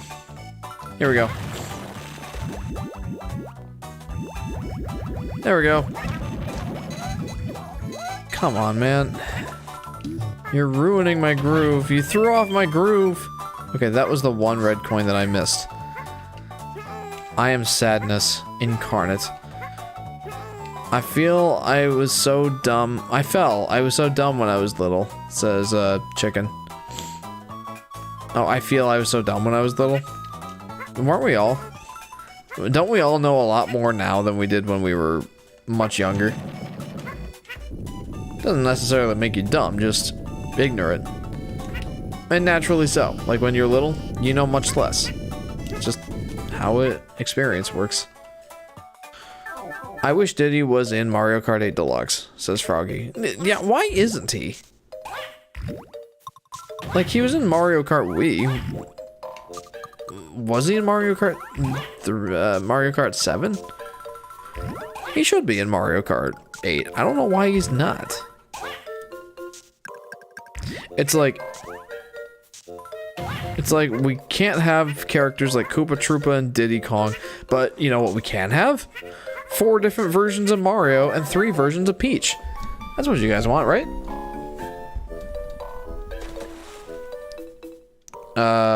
Chicken Place says, now don't hate me for saying, no, don't hate me for this, but when I used to play Mario 64 on the DS, I used to torture Yoshi by killing him with bombs every time. That is a crime, my friend. Although I'm not gonna judge you too hard. At least you're not as bad as that one kid in that cringe video someone shared in my Discord recently. Kid's like, this is why I hate Yoshi. Shows himself sucking at Mario World. And that's why I hate Yoshi. I'm like, I didn't comment or anything. It was clearly a troll video. But I'm like, dude, you hate Yoshi because you suck at Mario World? Cool story, bro. I'm sorry, I was little, says Chicken Plays. I forgive you, it's okay. Imagine how would a room look like if there were 90 Yoshis? Like Yoshi plushes? That'd be a very packed room full of plushes. And I would be okay with it.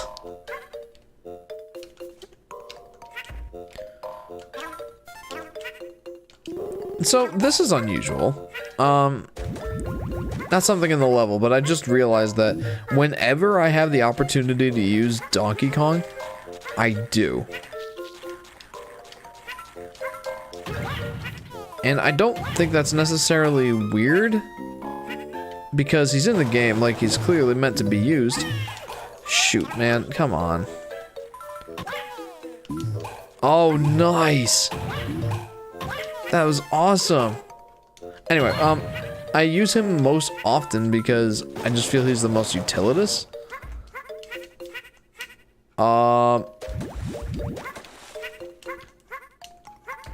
it's weird because he's the slowest moving out of all the characters. Maybe that's just because how much I dislike the fact there's a run button in this game. I don't really know. Like, I'd never use it unless I have to, which is weird for me. Because normally in games like this, like in platformers, I am speed. Okay, I can get more health. Froggy says, I'm still confused if Yoshi is a dinosaur or a dragon. Chicken Play says, he is a dino. It's true, yes, Yoshi is a dinosaur. Because he lives in prehistoric times, says Chicken Plays. Now that, no. There's a baby human on his back. That tells me this is not prehistoric times. Anywho, that aside, the other thing that tells us that Yoshi is a dino is that Nintendo most often refers to him as a dinosaur. The very first game, I give you credit, Froggy, on this. The very first game Yoshi was in, Nintendo labeled him as a dragon. In fact, the main collectible in Super Mario World is dragon coins. And it very clearly has Yoshi's face on it. So, at the beginning, Nintendo was considered a dragon. But in pretty much every single game since then, Yoshi has been labeled as a dinosaur. Wow! Nice! That was awesome! Chicken Play says, never mind, you're right. And Froggy says, what would you do if there was an animated Yoshi movie? If it was me, I would freak out, says Froggy. I would not freak out. I would approach it with cautious optimism. I would love to have a Yoshi movie, but I have no confidence that a Yoshi movie would turn out well. Especially given the very, very limited material to go off of. We all love Yoshi. He's adorable. And his games are fun. But other than that, there's not really any material to go off of. And the one movie that Yoshi was ever in sucked. Like, sucked worse than most movies you can think of. So I would have very, very little hope that a movie starring Yoshi would turn out good. I want one too, but I have very little hope that it would turn out well.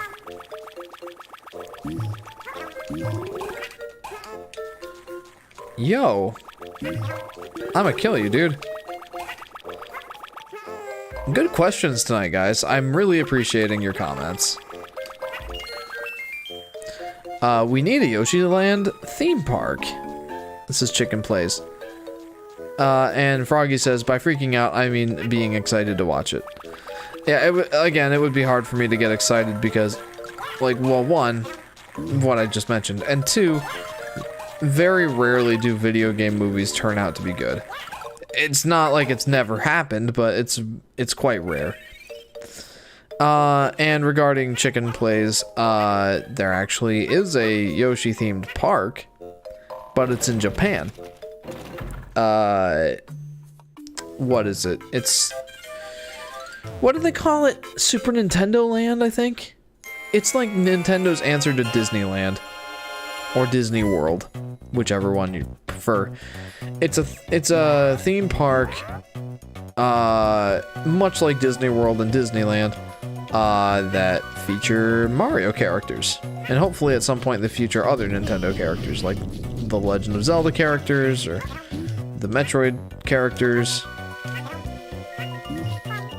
others. But yeah, there actually is a ride that involves Yoshi. So yeah, there you go. If you ever get to Japan, you know what to do. Why is it always Japan? Says Chicken. Well, partially because Nintendo is based in Japan. Nintendo's a Japanese company.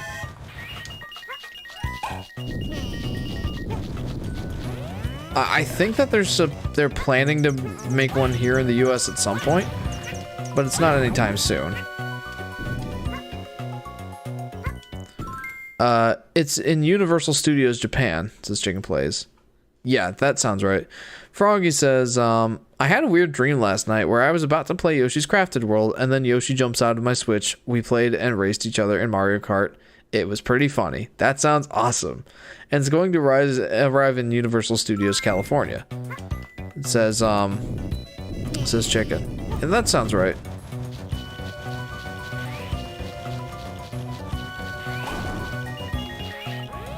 No! Okay, you guys are just gonna have to listen to Donkey Kong cry for a while. I am not 100% completing this level and not having full health. At least Donkey Kong's cry is like the most bearable out of all the babies. Get away.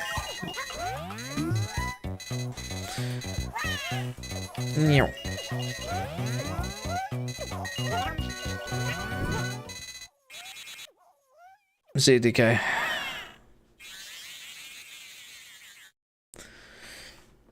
Oh, huh. My controller's about to die. I need to, charge it. In the near to immediate future. Whenever I'm done with the stream, I'll put it on the charger. No worries about that. Yeah, that sounds like a pretty great dream, Froggy. I would love to have Yoshi hop out of the screen and play video games with me. The only problem is he would eat everything in my house. And groceries are expensive, especially nowadays. Though he probably wouldn't like the meal that we had this evening. I don't know, maybe he would. Yoshi tends to eat a lot. He's an omnivore. I think he would actually like what I made this evening. I made steak. Again. Fudge nutters!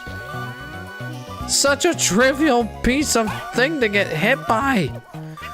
No! If you lose the baby, you die, says Chicken. I know. That was the idea. I needed to get back to the checkpoint. Oh, if you lose the baby, you die? Says Chicken. It's not so much that Yoshi dies, it's more that you've failed your mission, you need to try again. That's pretty much the logic with, you know, the baby being taken away. Steak! Says Chicken. Yeah, I made more steak. I made steak last Friday. And it turned out, I feel like it turned out better last Friday. Turned out good this time, don't get me wrong, but I think I did a better job of it on Friday last week. Froggy says, I'm actually thinking of making a Yoshi channel myself, and if I do, I would want to collaborate with you one day. That sounds like fun. Yeah, let me know. I'd be happy to collaborate with you. Networking on YouTube is definitely a solid thing. Not that I know anything about successful tactics on YouTube. But at least from what I've heard, networking and collaborating are very good tools to help with a successful growing YouTube channel. Not that my help in collaboration with you would help you grow much. I am a very small channel. I will likely never be a large channel. So, yeah. I'd be happy to collaborate with you, but don't expect any sort of success to come out of that, I guess. Boy, this boss is really annoying.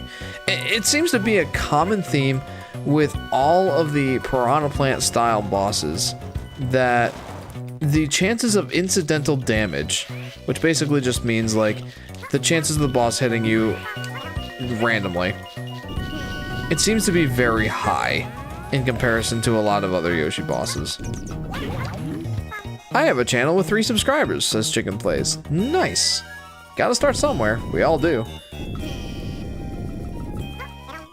When my channel started, I had, oh, how many subscribers did I have? Like 15?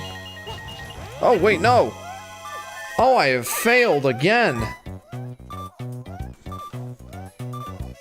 Yeah, you can just have him. Just have him. Just have him. Incidental damage, says Ethan. Yeah. Basically, I don't really know much better way of saying it than that. Like, just, you know, you're hanging out and the boss just, you know, is just chilling and then he bumps into you randomly, not of like actually trying to attack you. That's what I kind of mean by incidental damage. I guess a better way of saying it is like it's not a direct attack, it's just the enemy being there and you get damaged from it. It would be like if in Ghost of Tsushima, that last fight, if I was fighting the Mongols, or if I was fighting the Kutan Khan, and he was trying to attack me, and I was dodging all of attacks, and then I just nudge a torch, and that damaged me. That would be an example of incidental damage, at least in my narrow description and narrow definition of what incidental damage is and what I consider it to be. That's kind of just what I mean, though, by incidental damage. Froggy Studios says, I just want to know, how do I record gameplay on my Switch? I can only go for 30 seconds. There's a piece of equipment that you might need to buy if you really seriously want to record. If you seriously want to record your video gameplay, like, you'll have to invest some money in some equipment. I mean, don't just, like, record it with your phone. Like, anytime I watch a video that's been recorded on their phone, just, like, recording the TV screen for gameplay audio, or gameplay video, I hop out of that video faster than you could possibly imagine. Like, I'm like, oh, this person doesn't know what they're doing, or this person obviously isn't investing in their YouTube channel. So what you need is a capture card. And a capture card, what that does is you plug, you know how the Switch has an HDMI port on it? That HDMI port typically goes to your TV. Well, a capture card is something you put between your console and the TV. You plug the HDMI cable into the capture card, and then there's an HDMI port that comes out of the capture card that goes to the TV, and then a USB cable that goes to your computer. I don't think I have my Elgato HD60 down here. But that's a very popular brand of capture cards, Elgato. You can also look into ones like AverMedia or like there's some like $20 no-name brands on Amazon that do the trick for basic recording, but aren't going to be as good as Elgato's offering, for example, or even Avery Media's. But that's what you need, is a capture card if you want to record your gameplay. Also, I finished South Park: The Fractured Butthole on my Switch, and I'm almost about to finish South Park: Stick of Truth. There you go. Chicken Play says, I still remember how I found your channel. Oh yeah? That's pretty cool. Dancing! Well, I did it, guys. I 100% completed World 2 aside from the extra level. I got all the baby coins. We're in pretty good shape here. Seeing as this stream is at 3.5 hours now, it is 12:30 where I am. You did the thing! I did the thing! You'd better believe I did the thing. And I did the thing relatively proficiently. Don't let the fact that I died 3 times confuse you. I did it proficiently. My favorite South Park character is Kenny, says Frog. I am not familiar, like, at all with South Park. It's not something that I watch. Anywho, guys, we did it. We cleared World 2. We still need to do the, great job. Thank you, thank you. We still need to do, the extra level. However, that is going to have to wait until at least next time on the Yoshi Fanatics live streams. I am not doing that right now. I am sleepy, and it is past midnight, so I need to wrap up. But guys, it's been a very fun live stream. I've gone off the rails on many tangents, but don't let the fact that I died 3 times confuse you. I did it proficiently. Oh, that's wonderful. Yes, let's go. Jeff 2022. Oh, that's wonderful, Ethan. Thank you for recording that quote. We got another one. Let's go. All right. But yeah, we did it. I can either start the next live stream. Lol, says Ethan. I can either start the next live stream with the extra level in World 2, or I can start leaving those extra worlds for like episode 6, say, of the Yoshi's Island DS livestream series. That might be the better call. I'm not sure yet. But yeah, maybe I'll put maybe I'll post that in the Discord, ask people what they think or what they would rather see, and I'll go from there. So guys, it's been a lot of fun. I really enjoyed this live stream. Thank you guys for tuning in and commenting. Great questions tonight. I really enjoyed answering them. If you haven't already, for anyone watching in post and archive or lurking or what have you, if you haven't already, feel free to like and subscribe. Hit that bell icon so you'll be notified whenever I post a live stream, post a video, or go live. And I actually just released an update video on my channel, letting you guys know where we stand as far as like how I'm doing the live streams, when I'm doing the live streams, how my YouTube channel layout is structured, and when my next video is and what you can expect from it. So there's a decent amount to unpack in that update video. So if you want to know the current state of the channel and kind of have an idea of what's going on, check that out. And feel free to jump in the Discord. I love chatting with the fans there, and you'll be updated there periodically whenever I go live. Whenever I figure out what my streaming schedule is gonna be, and any updates I have on my video. With that in mind, guys, the next live stream I'm planning to do same time, same place next week, Friday, 9 p.m. Eastern Standard Time, 8 p.m. Central, I guess. I don't know. You have Google. You can figure out what time 9 p.m. Eastern Standard Time is in your time zone. So, yeah, guys, it's been a blast. Thank you very much for tuning in, and hopefully, we'll see you next time. See you guys.